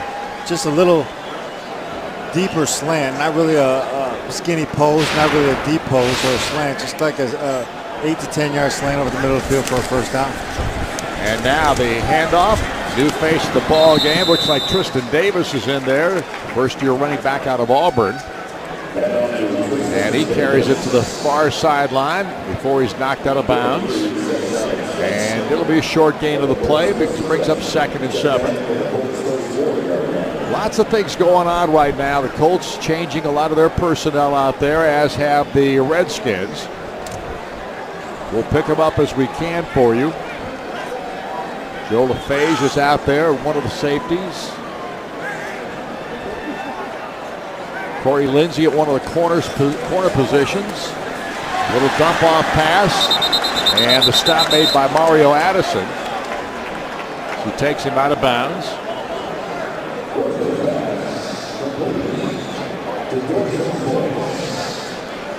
Changes again for the Redskins. You see Rex Grossman.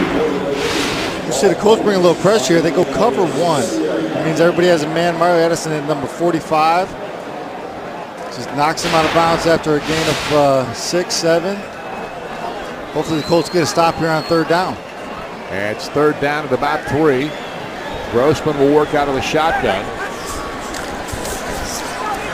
And a quick slant pass, and Terrence Austin makes the catch for a first down and then some. Finally brought down in there by Brandon King. Mike Newton helped out of the stop as well. Colts are going to bring some linebackers here. He played man-to-man in the back end. Good job by Grossman getting that ball out of his hands before he gets hit, completing it to number 18 for a first down. The booing isn't happening anymore for Mr. Grossman. Should have never happened to begin with. No, it should. Really should.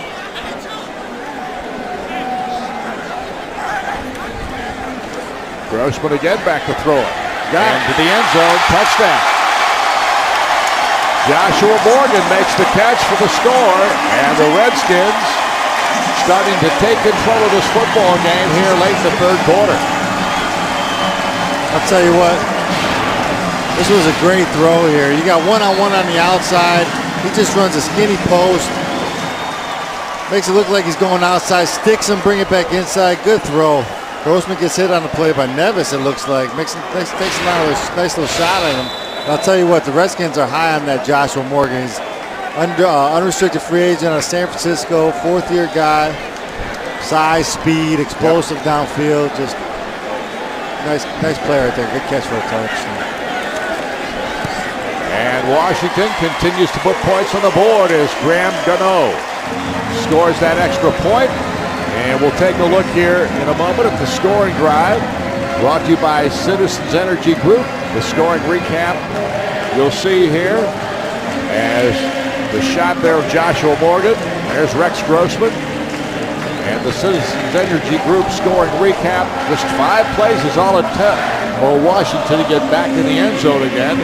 And so the Redskins now are controlling this football game and doing a good job of it. Yeah, after that punt by McAfee after the last drive by the Colts, Redskins got the ball in great field position. You know, a couple big plays there, big third down and a big touchdown throw. Well, Colts fans, be sure to visit the Bud Light Party Zone at Lucas Oil Stadium. The Bud Light Party Zone is above the north end zone in front of the windows that open to the Indianapolis skyline. Bud Light, the sure sign of a good time. Here we go.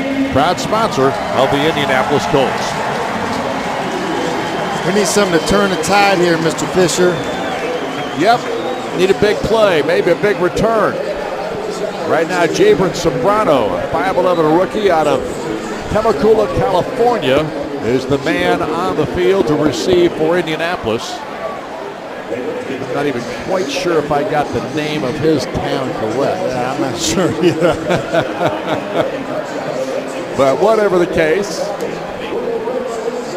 Zambrano was back to receive, and Gano will kick off. The Colts right now getting kind of dominated by this Washington Redskins team, both offensively and defensively. Special teams has been kind of a wash. We had a couple bad kicks by Pat McAfee, but we know he'll bounce back. He's got one of the better legs in the league. Zambrano from the University of Montana receives it and brings it out.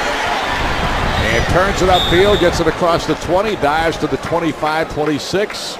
Not a bad return at all, and Indianapolis comes back on the field. Chandler Harnish will go to work once again. See, this is where these guys, these young guys, these second stringers, third stringers, this is where they need to show they can step up and play. Because right now the coaches are looking at them. They're looking to make some cuts, see who can fill in their ball club nicely. And that's where the special teams really comes in. You see what guys can find a position on special teams. And both coordinators said, if they can play special teams, we'll find them a position on offense and defense. Exactly. Deji Kareem now is at a running back for Indianapolis. Harnish is the quarterback. Brazil in motion. Harnish going downfield, finds Brazil, makes the catch. Nice job. Ball caught at the 39-yard line, and Richard Crawford makes the stop. Draft pick in the 7th round this year for the Redskins. And that's what Chandler Harnish needs to do. He needs to get back in that pocket, make quick decisions and get the ball out of his hands, because this front seven for Washington, this backup front seven is really putting the heat on him. 1st and 10 for Indianapolis. Harnish this time. Hands the ball off. Deji Kareem broke a tackle. Tries to find some running room outside. Finds a little bit. Nice job there. Keenan Robinson comes up to make the tackle for the Redskins. And there you see Deji Kareem taking another look at it. Good job breaking that tackle in the backfield, getting outside, bouncing it, getting 4 or 5 yards, keeping the Colts manageable 2nd down. Now we got a drive going. 2nd down and 6. Kareem stays in at the running back. Griff Whalen is the tight end. Slotted actually to the right side with Brazil. And then goes in motion. Whalen had a nice game against the Steelers last week. And the throw to Griff Whalen. Makes the catch, breaks the tackle. Heads outside of the sideline. Knocked out of bounds. Another nice play by Griff Whalen. David Jones forces him out for the Redskins. Young man has been solid. He's out of Stanford, of course. I'll tell you what, if you watch this play from its onset, you'll see Griff Whalen kind of go in motion to the center and kind of come back out. When you see the man over him run with him, you know as a quarterback it's man-to-man defense. So you know if he beats that guy, that's your throw. Chandler Harness recognized it, goes to Griff Whalen, he beats his man. Enough yards for the 1st down. Good play right there. And the Colts moving to football now here in the 3rd. And Harnish gets a little time, and this time he makes the throw to LeVon Brazil, who makes the catch. Marcus White hit him immediately and brought him down. I'll tell you what, these young receivers for the Colts have really had a pretty good preseason. LeVon Brazil, 5 receptions, 63 yards. T.Y. Hilton, 5 receptions, 62 yards. I mean, guys have just stepped up. You see Donnie Avery, he comes in, has a nice game today, 6 receptions, 37 yards in his first game action in the preseason. Deji Kareem getting the call there. Yeah, Chris Adams, even though he hasn't had big games, has had one of the best camps of anybody as far as a wide receiver, because he's made all kinds of really great catches. They've raved about him at camp, how well he's done. So we come to the end of the 3rd quarter now here at FedEx Field in Washington, D.C., with the Colts trailing the Washington Redskins. Andrew Luck talking with Clyde Christensen as the Colts trail here after 3 quarters of play, 23-7. It is time to look at our O'Charlie's key offensive player of the game, and today, that young man there, T.Y. Hilton, had an outstanding performance. Yeah, sitting there icing his shoulder. He played hard today. He almost matched his preseason total in receptions and yards today with 4 receptions, 54 yards, and a touchdown all in the 1st half. Guy Colts are going to count on, a guy Bruce Arians loves, and he's going to do big things for us. Here's Deji Kareem. Nice little run there up the middle for Indianapolis. Able to break a tackle. Reed Doughty is the man who makes the stop for the Redskins. But the Colts have moved the chains once again for a 1st down. Chandler Harnish putting together a nice little drive here, calming his players down, getting the momentum back in the Colts' favor. Colts have plenty of time. 4th quarter, 2 touchdowns, 2 two-point conversions. They can get back in this ballgame. Offensive coordinator Bruce Arians on screen there for a moment. Is a deep throw to Brazil, and he can't quite pull this one in. Harnish got leveled too as he released the football. Richard Crawford was the man who had the coverage on the play, but a nice job that time by Harnish to get rid of it, and it wasn't too far off the mark. No, but Chandler Harnish takes a shot here. You're lucky to see he's all right, but actually pretty good throw. Just out of the reach of LeVon Brazil's outstretched hands. You think if Chandler Harnish had another second to set his feet and make a throw, he puts that on the money. 2nd and 10 at the 32.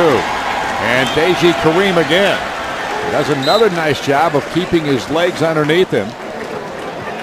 And even though he didn't pick up a lot of yardage, it's plus yards. Marcus White on the tackle that time for the Redskins. 3rd down conversions are brought to you by Huntington. Welcome to the bank that's passionate about doing the right thing. Huntington, the official bank of the Colts. And it's 3rd and long, 3rd and 8 for Indianapolis. 8 of 14 today, 17 of 30 the first 2 games, 56.7%. Colts have been phenomenal on third downs.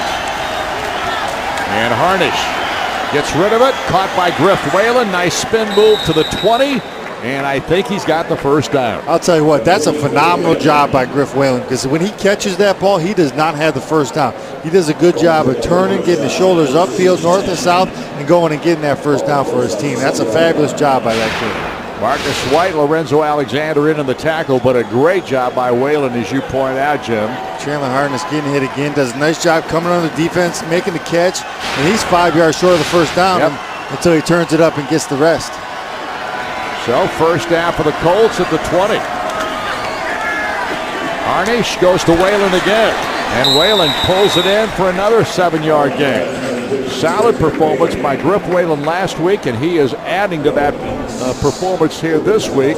Gomes is the man on the tackle for the Redskins, but Whalen continues to be impressive. Yeah, this is a good job by Chandler Harness. Just taking what the defense gives you, checking it down, nice throw, keeping it manageable. But I heard an interview Griff Whalen did. He said, I just want to do whatever the team needs me to do to win ball games. And those are the kind of players you want on your team. Harnish 5 of 6 in the last throws here. Throws this one out in the flat. Deji Kareem dives forward, trying to pick up a first down at the 10. I'm not sure he got there. Keenan Robinson came up, the linebacker, gave him a pretty good lick to knock him out of bounds. And it's going to be shy by about a half yard. Yeah, good job fighting here by Kareem, trying to get that first down, but gets knocked out of bounds just before he gets there. Leaves it third and short. Colts need this one to keep this drive going, Don. Third down and a yard. Kareem is the running back. One wide receiver, Adams, in motion. Here's the snap. They give to Kareem. The ball is fumbled, and I think that the Redskins may have recovered it.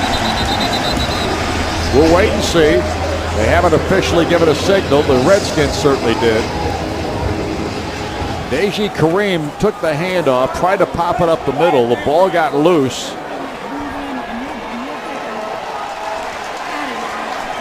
And the Redskins do recover. The Redskins do a good job here, just kind of bringing the pressure and getting in the backfield. And you'll see right there, he just loses the ball as he hits the ground. I can't really tell from that view if his knee was down or not. It's close. Yeah, it looks like it's down. I think Coach Pagano might get his second challenge of his head coaching career right now. He may do exactly that. It's been a pretty clean game up until that in terms of turnovers. First turnover by either team today, and I'm not even sure if it was a turnover. Well, we got timeout on the field. The officials have called timeout. And we have our score at 23-7. We'll see what the outcome of this talk is when we fumble, or the turnover, as it was called on the field. And the reason for that is that they're reviewing all turnovers now this year. You're right. That's a new rule change this year. Along with all the scoring plays, all turnovers are being reviewed. And you'll see right there, his knee is down before that ball comes out. Now, it looks pretty clear to me, but you know sometimes these refs, they see things differently than we do up here in the booth. So the question will be, if they do give the Colts the ball back, most likely it'll be fourth down. What do the Colts do? Do they go for it? Do they kick a field goal? I feel like with 12 minutes left in the fourth quarter, you're down by 16 points. You might as well go for it, right? Well, I would think so at this point. We're just going to have to wait and see what the ruling on the field is. It's hard to know what the officials see, and they see a different number of replays. Generally, though, we see most of the same things they do. Right. And if they see the play that we just saw, they got to give the Colts the ball back. Exactly. Because that ball did not come out until after his knee was down. So take it one more time here. Another look at it, different angle. Now pretty much the same angle, but the knee is down right there. Yeah, they got to overturn that. Ball doesn't come out until after the knee is down. So this crowd at FedEx Field's got a nice wave going on. Got the wave, exactly. Everybody's getting in on the action.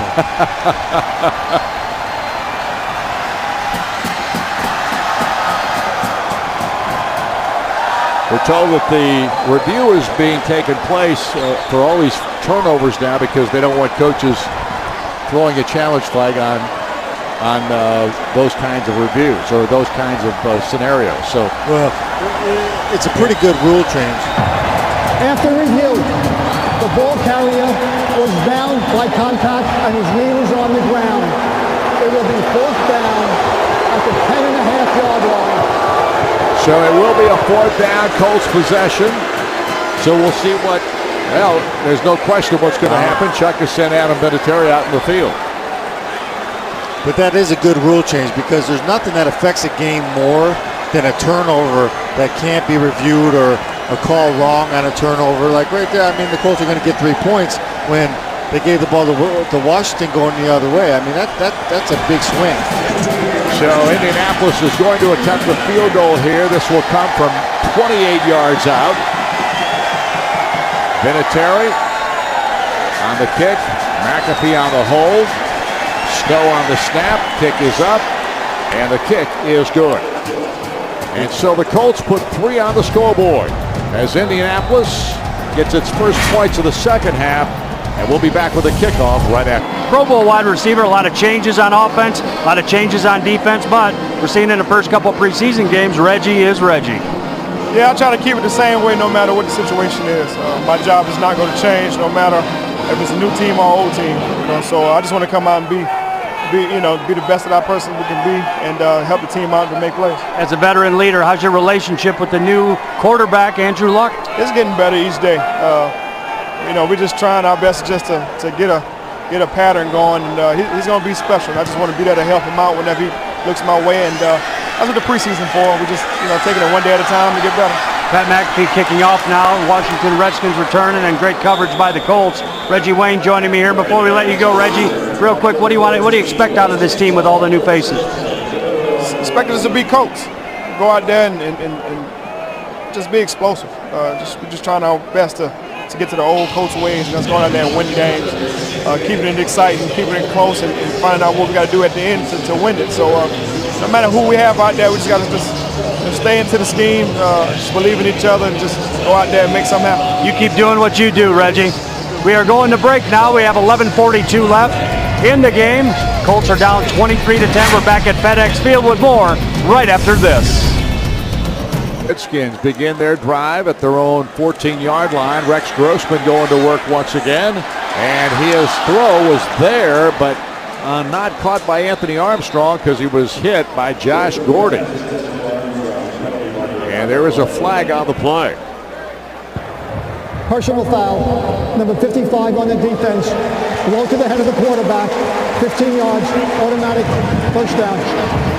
Justin Hickman, the guilty party there on a penalty. Apparently hit the quarterback in the head. Rex Grossman after his throw. He took a shot on Grossman, too.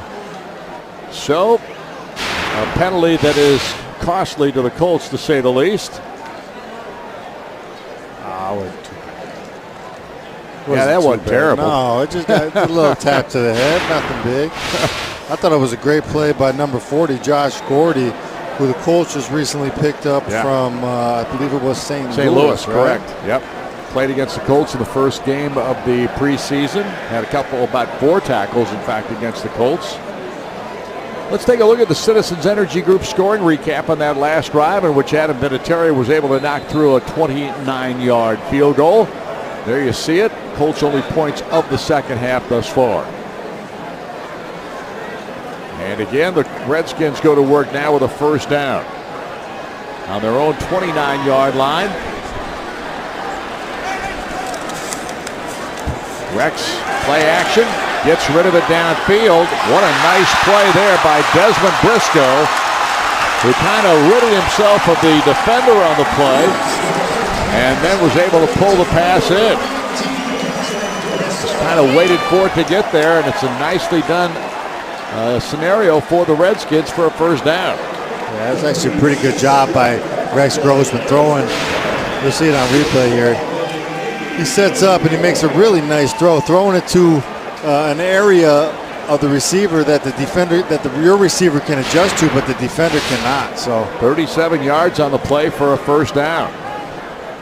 And now the handoff goes to Tristan Davis, who carries it to the near sideline, and all kinds of flags come down to this one. Holding, number 60 of the offense.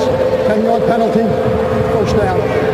That was Jordan Black, an offensive lineman out of Notre Dame for the Redskins, who was guilty of the hold. So that'll set them back a little bit. The Redskins regroup in their huddle as the ball will come out to about the 41-yard line. 60,047 for tonight's game, or to late this afternoon's ball game here at FedEx Field. Stadium holds about 87,000 people. This is their first preseason home game of the season. All interested to see RG3 in action, live and in person. Here's a nice little throw out in the flat to Tristan Davis, and the running back carries for good yardage once again. Corey Lindsey came up on the stop there. Well, one preseason game left for Indianapolis, and that's against the Cincinnati Bengals. It happens this coming Thursday night at Lucas Oil Stadium. Telecast will get underway at 7 o'clock. And of course, tickets are available for that game, so hopefully those will get eaten up, and we'll have no blackout for that contest, and you'll be able to see it right here locally. That last play good for 18 yards. It's second down now. And Davis gets hammered. A really good hit this time by Justin Hickman. Yeah, he made up for that penalty right there. He laid a licking. But lots of things happening this coming week, Jim. Cut down day, of course, Monday, 4 o'clock. They'll be down to 75 players, so that means 15 will get their walking papers. Yeah, 15 guys on the team right now in uniform will not be here by Monday by 4 o'clock. And then by August 31st, by 9 o'clock, I think they got to be down to the 53-man. So, I mean, some of these guys are out there playing for their livelihood right now, trying to earn a spot on this team, and that's why special teams is important. Finding a spot on special teams as a young player in this league. And there's Grossman completing the pass once again to Terrence Austin. That one went right over the middle. And Rex Grossman has looked sharp in his performance here tonight for the Washington Redskins. Take a look at it one more time. Josh Gordy had the stop on the play. Good job there by Grossman. Good throw. Too many holes in that Colts defense. Struggling a little bit here on this drive to get him stopped. Ball is all the way down to the 12. First and 10. Davis is the running back. And Grossman looked like he wanted a fake handoff to him, but throws it in the end zone for a touchdown. Desmond Briscoe makes the reception. And Washington is having some fun in this one.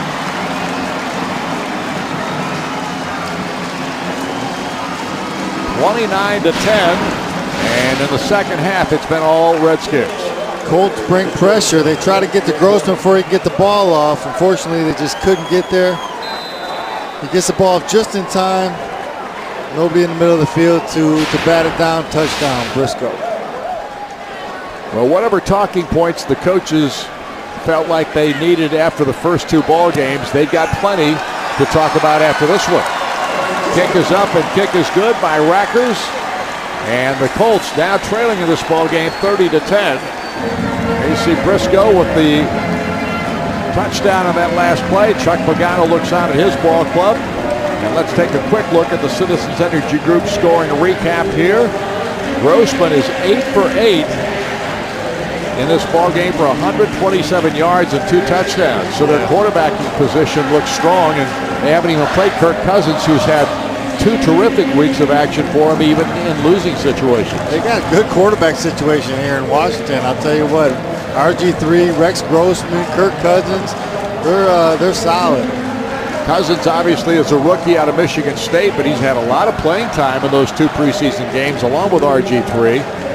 And so they are really strong. And of course, when you've got a veteran like Grossman, whether he's on the field or not, he's talking to these guys, telling them what to expect, what they can look for, those kinds of things. That's tremendous to have a guy who can lead like that. Yeah, he's been an assistant for the last couple of years. He knows the system. He can teach these guys.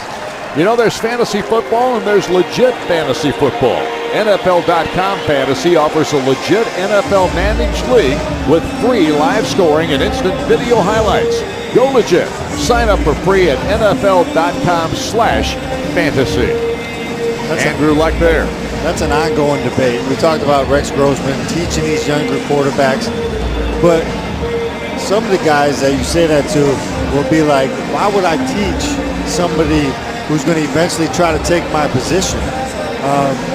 Some guys are real good about it. You know, I think you got older quarterbacks such as a Peyton Manning who likes to bring people along. You got a guy like Brett Favre when he was playing says, why do I want to mentor Aaron Rodgers, the guy who's going to eventually replace me? So I see both ends of the coin.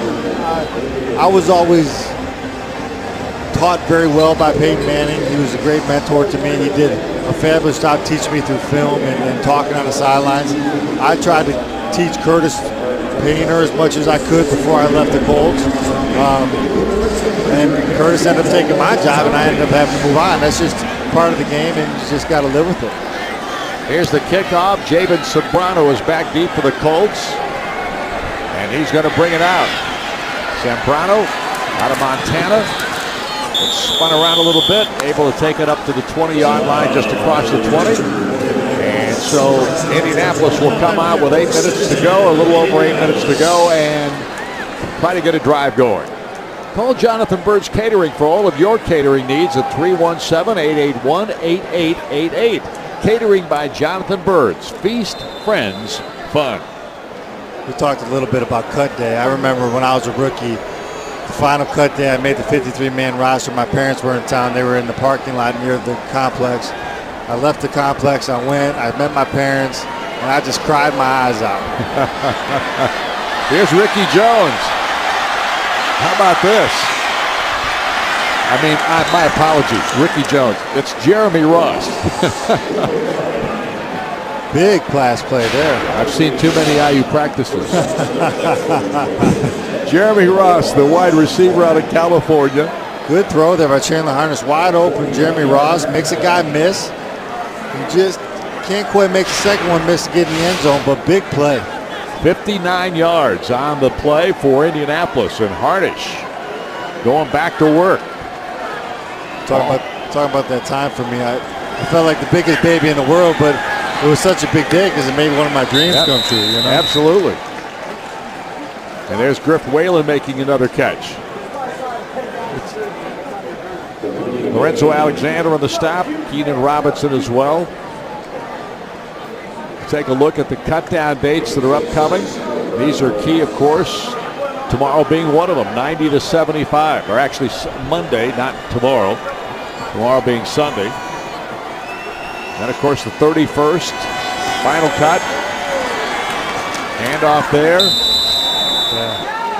Fans got to realize 37 of the guys you've seen this preseason or you've seen on the sidelines are not going to be here by September 1st. And it's tough. It's tough for players, and I'll never forget that day. I made the roster. I was Peyton Manning's backup. I mean, one of the best days of my life. Oh, absolutely. I can only imagine. Now Harnish goes to work on third down. Harnish is going to have to run with it. In a bit of trouble. Tries to kick it upfield, and how about that? He dives for what I think is the first down. Marcus White finally brought him down, but Chandler Harnish with a tremendous second effort this time. And is able to, well, are they going to mark it as a first down? They do. Great job here, escaping pressure. He moves out. He moves up, he gets out of the pocket to the right, he realizes he's nothing downfield, does a great job of breaking the tackle right there and diving for the first down, giving his coach a second chance. And we'll go down to Jeffrey Gorman here in a moment as this play underway. Harnish hands it off, and they take it up the middle. There's another Colt helmet that goes flying away, and while we got a moment, let's go to the field now with Jeffrey Gorman for the Toyota Sideline Report. Thanks, Don Fisher. Joining me now is linebacker Cabell Connor, obviously with Pat Anger rehabbing his injury. You have been a leader on this defense. Do you like the role? Yeah, you just got to step into that role and be responsible and accountable to the defense as a linebacker. Last year 4-3, this year 3-4. How do you like the change? That's a great change. Defense is more aggressive. We're able to make more plays, and I think the guys will really like it. DeBell, thanks for your time. Let's go back to live action with Don Fisher. Ball on the 8-yard line. Harnish sets him up on second down. Looks to his right, to his left, hits Whalen. Whalen breaks one tackle, can't escape the rest, and he'll go down right around the 3-yard line. Doug Worthington came up and made the stop on the play. Good job by Chandler Harnish. Looking to his right, realized he didn't have what he needed over there.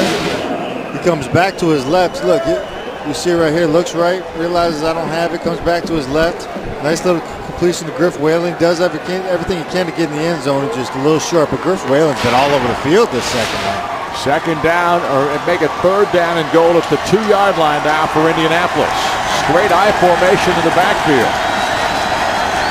Dominic Jones lined up as a fullback. Darren Evans, the running back, fake to him. Harnish in the end zone. Jones can't come up with it. And the incomplete pass will bring up fourth down for the Colts.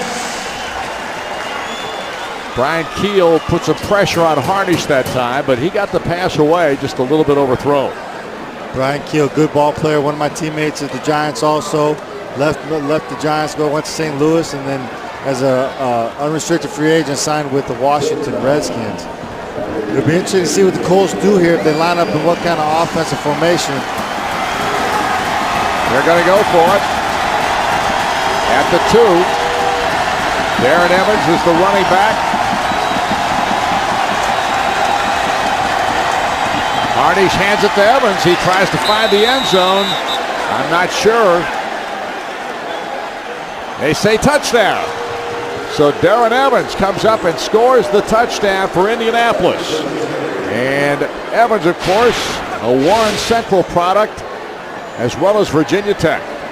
Tell you what, it looked like Chandler changed the play at the line of scrimmage. I don't know if it was a pass to a run or a run to a run, but they hand the ball off on 4th down and 2 from the 2-yard line in a power formation. Colts haven't done that in 15 years as well. And we're going to see a review of this, obviously, a scoring review here. But I don't think, and here's what they'll question, it was whether his knee was down before he got it across the goal line, but I think he was on top of players. Yeah, if you're on top of players, you're not down until your body part of yours touches the ground. We'll take another look at it here and see if we can get a little better look to see what happened. Here comes Darren off the right side, and that one's tough to see. His second push definitely got him in, but he looked like he was on top of players at the other side. Oh, yeah, I just still don't think there's enough evidence there. It was called a touchdown. I don't think there's enough evidence to overturn it. I think it stands as a touchdown, and this game's 30-17. Richard Crawford is a defensive player, cornerback for Washington, who's on one knee down there with a trainer taking a look at him. Not sure if he's hurt or if they're just getting him water or what, but yeah, I think he's just getting a drink of water there. See Mike Shanahan, 3rd year with this organization. Obviously, longtime head coach of the Denver Broncos. Great success every place he's been as a coach. You know what we haven't talked about is some Jimmy Irsay tweets this week that got everybody talking a little bit about possibility of a big trade yet to come. He's got me wondering, I'll tell you that much. I sat up last night thinking about what he was talking about, who he could possibly be talking about, what position. I mean, you look at the Colts and you look at the holes they have on their team, you know, at cornerback or in the back end of the defense. You just wonder exactly who he could be meaning right now. Do you know that Twitter handle? Huh? You know Jim Irsay's Twitter handle? I do not. I don't either. There it is, right there. There it is, at Jim Irsay. Serious trade wins, swirling. You know, I don't know how often Jim tweets because I'm not a Twitter guy. Yeah, either am I. But every time he tweets that I've heard, I think it gets picked up by the media. They're all over this. Well, I'll tell you, he tweets good stuff. He gives the fans and the media something to think about. And I think as an owner of the Colts, that's kind of what you want. You want somebody that's going to, you know, publicize your team, and he does a great job of that. You got a Twitter account? I do not. I've never been into social networking. Me either. I actually follow Coach Crean. You know, I turned him on when he got on Twitter. Yeah. I got 100 people follow me. I've never tweeted a thing. It was a touchdown, ladies and gentlemen, so the Colts have scored. Here's the extra point try by McAfee, and that ball is through the uprights and in, and Indianapolis has 7 on the board. It's 30-17, and there, of course, you see the Citizens Energy Group scoring recap as the Colts have put 10 points on the board here in the second half, but still a decided advantage for the Washington Redskins with just 4:14 left in this, or 3:48 left in this ball game. Yeah, most of that 77 yards ate up on one pass play from Chandler Harness to Jeremy Ross. But yeah, talking about social networking, when I played, there were a couple Jim Sorgi Facebooks and MySpaces out there. None of them are me. Well, let's go down to the field with Jeffrey Goldman for the Toyota Sideline Report. Don Fisher joining me now. Dwayne Allen, obviously a great tight end, John Mackey Award winner in college, but did I see you carry the football today? Was able to get a carry. You know, that's one thing with Bruce Arians' offense. He loves to utilize, you know, the talents of his players, and that's one thing I told him.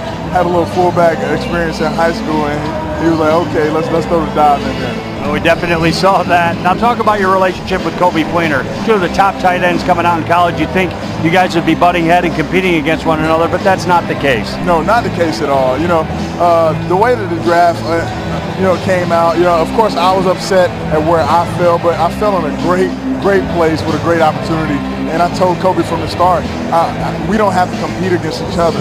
We need to compete against ourselves in order to make ourselves better, and so that we can grow and really find out what each other's roles are in this offense, because I really believe that we can coexist. How do you feel about your play personally through 3 preseason games?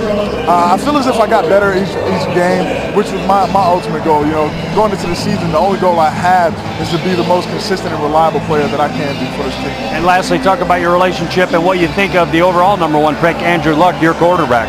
Andrew's a salty guy, very intelligent, very hardworking, man, and yeah, it's going to be a great one for years to come, I believe.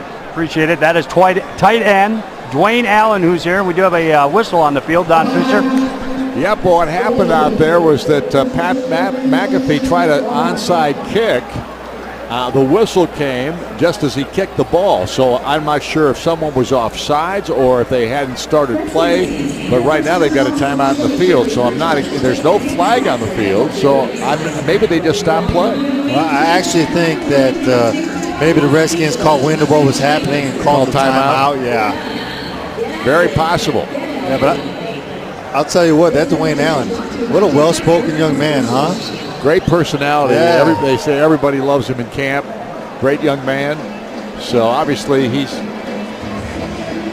really felt like him and Kobe Fleener can coexist. There's room for both of them on this team and on this offense, and I think they're going to be fantastic.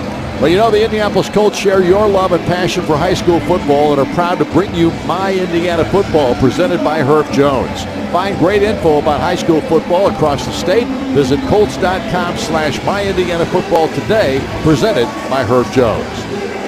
Well, let's see if they're going to do it again. I think they are. They're just going to test it out here because this is something you do in the preseason. Nope, this time he kicks it. He kicks it deep, and it bounces right at the goal line. And the knee is put down there by Tristan Davis, actually Richard Crawford, who came back. But here's what happened there. They did call timeout. Washington called timeout, and the Colts changed what they were going to do. Yeah, good decision. I think, you know, kick him deep. There's no way the Redskins were going to return that ball. But you know what I liked about that Dwayne Allen interview? The way he says, I went and talked to my offense coordinator as a rookie. He goes and talks to his offense coordinator and says, hey, I used to run the ball a little bit in high school, play a little fullback. And then what does his offense coordinator do? He puts a play in for the tight end to run the ball as a fullback for a dive and got a first down today. You got to love that. Now Kirk Cousins is in at quarterback for the Redskins. And he hands the ball off. It goes to Tristan Davis. Davis is brought down after a gain of a yard or so. But you're right. And here's my question to you. Did you play both ways in high school? I did. What position did you play defensively? I played free safety. And did you ask did you go to your position coach when you got to the NFL and ask him if you could play free safety for him, or let him know that you had played free safety? You know what was funny is I had the guts to go up to him and be like, hey, if you ever get in a situation where they're going to throw a Hail Mary, just throw me back there. I can jump. I'll get an interception, for you, knock the ball down. Tristan Davis carrying the pigskin for Washington there. And Indiana University Health is proud to support the strength of the Indianapolis community through its partnership with the Indianapolis Colts. IU Health expert physicians, nationally ranked care. Discover the strength at iuhealth.org. Let's go down to the sideline for a Toyota Sideline Report with Jeffrey Gorman. Well, thank you, Don Fisher. Joining me now, offensive tackle Anthony Costanzo. Took a quarter, maybe a little extra change. The offense got rolling. Once we got rolling, we had a real good drive, which we that's what we're going to build off of going forward. We killed ourselves early. It was just stupid mistakes that we can't correct.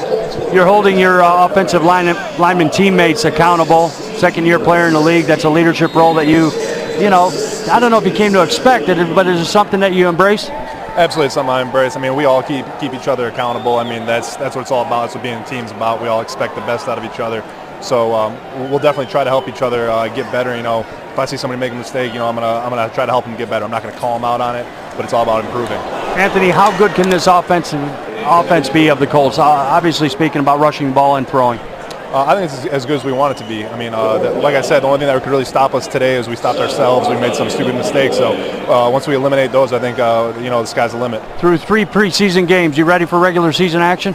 I think so. We got one more, and then after that, it's go time. All right, it is go time indeed. That is offensive tackle Anthony Costanzo joining us on the sidelines. Don Fisher, throw it back to you. Thank you, Jeffrey. Javen Sobrano was back deep to receive this punt as the Redskins unable to move the football in that last possession.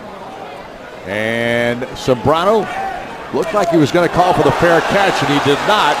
He grabs the football, got hit immediately. So a nice job by the Redskins of covering that play. Tristan Davis came down on special teams to make the stop. Well, Meyer, the official supercenter of the Indianapolis Colts, will be hosting special Blue Friday events throughout the 2012 season.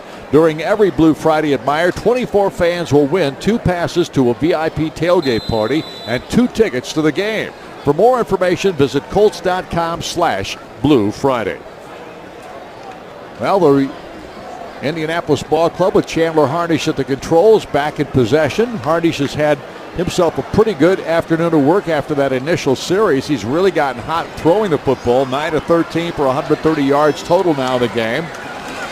And here's a deep throw downfield going for, well, the catch looked like it was going to be made, and the flag does come out. It looked to me like it was Sobrano who made the grab, or at least he had it for a second. I could be wrong. We'll check it out.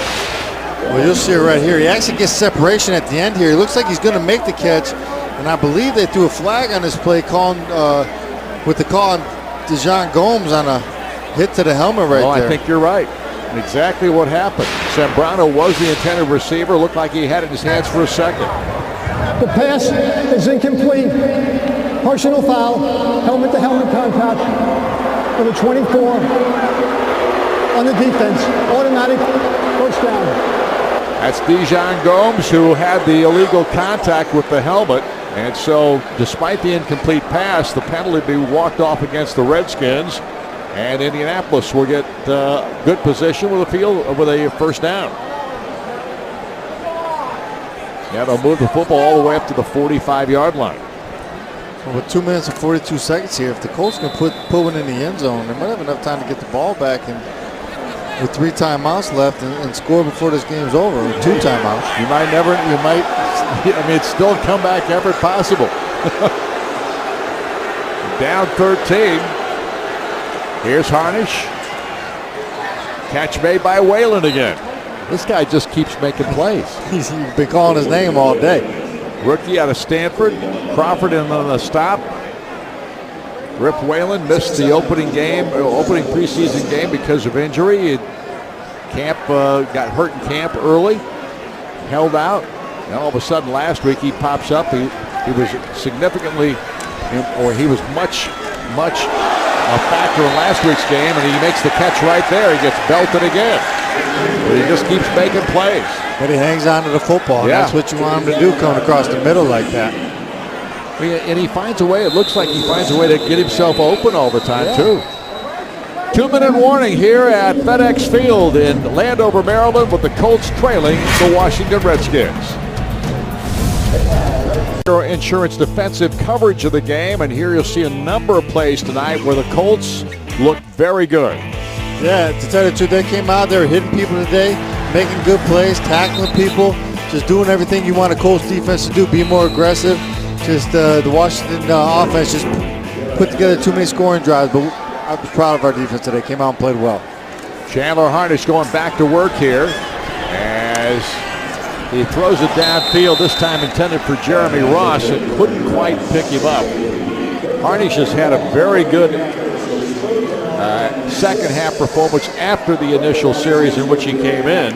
But one of the reasons is Grip Whalen, who has come in. There you see Sembrano leaving the field, apparently shaken up. But 8 receptions for 66 yards all in this half for Grip Whalen. He has been a factor. Yeah, these receivers are really going to make it tough on these when these cut down days come. Yep. Who they're going to cut, who they're going to keep, who they're going to put on the practice squad. Because if you cut them, somebody else likes them. That's right. You know, there's Whalen again. This time the ball a little bit thrown too far over his head. He did come up and touched it, but he was not able to pull it in. Some other team likes you. You get cut, they're going to snatch you from them before you can clear waivers and get put on the practice squad. Whalen kind of reminds you a little bit. I'm not sure necessarily from a size perspective, but he reminds you a little bit of how he gets open of our former tight end Dwight Clark. Yeah, not Dwight. Dallas. Yeah, Dallas Clark. He just does. I mean, size-wise, he's obviously a little bit smaller than Dallas, but he looks like a mixture of a Dallas and a Collie. He just does a good job in the slot, getting open. Brandon Stokely is who I'm thinking of. He looks like a Brandon Stokely to me. Just gets open in the middle of the field and makes plays. Here's the throw, this time intended for Quan Cosby, and he cannot pull that one in. Brandon Thompson was able to get a hand on it, bat it down for Washington, and that's going to do it for the Colts series this time with 1 minute and 26 seconds to go. That was a throw Chandler's got to be careful about. He's got to get that throw up and outside. You've seen last week on the pick that the Steelers had of Andrew Luck. He threw it just kind of like that, and Ike Taylor took it to the house. He's got to be careful he doesn't get that behind his receiver. Yeah, he didn't like it. He didn't like the throw at all. He came off the field pretty upset with himself. Bruce Arians there talking to him briefly. But he knew he made a mistake. Here is Davis on the carry for Washington. And these guys you can see right now are just kind of playing to get this bad boy over with. Yep. I think Indy's ready to go home. Get started on this 4th preseason game and get going to the regular season. Ball resting down near the 40-yard line. We're right at a minute to go in this contest. 2nd down and 9 for the Redskins. And they're taking as much time as they possibly can to let the clock run down. I always had fun that 4th preseason game because Payne would never play, so I always got to start. Yep. There's the knee. And that's going to be it. They're going to come out of the field, and this ball game is history as Chuck Pagano comes over to meet with Mike Shanahan to shake hands. First-year coach against a veteran head coach of the Redskins. But tonight, the Colts fall for the 2nd time in preseason, 30-17. They fell to Pittsburgh last week. They've got 1 preseason contest remaining, that of course against the Cincinnati Bengals, and it comes quickly on Thursday night of this coming week at Lucas Oil Stadium at 7 o'clock. And we're going to break here. We'll come back with final thoughts on tonight's contest between Indianapolis and the Washington Redskins when we return.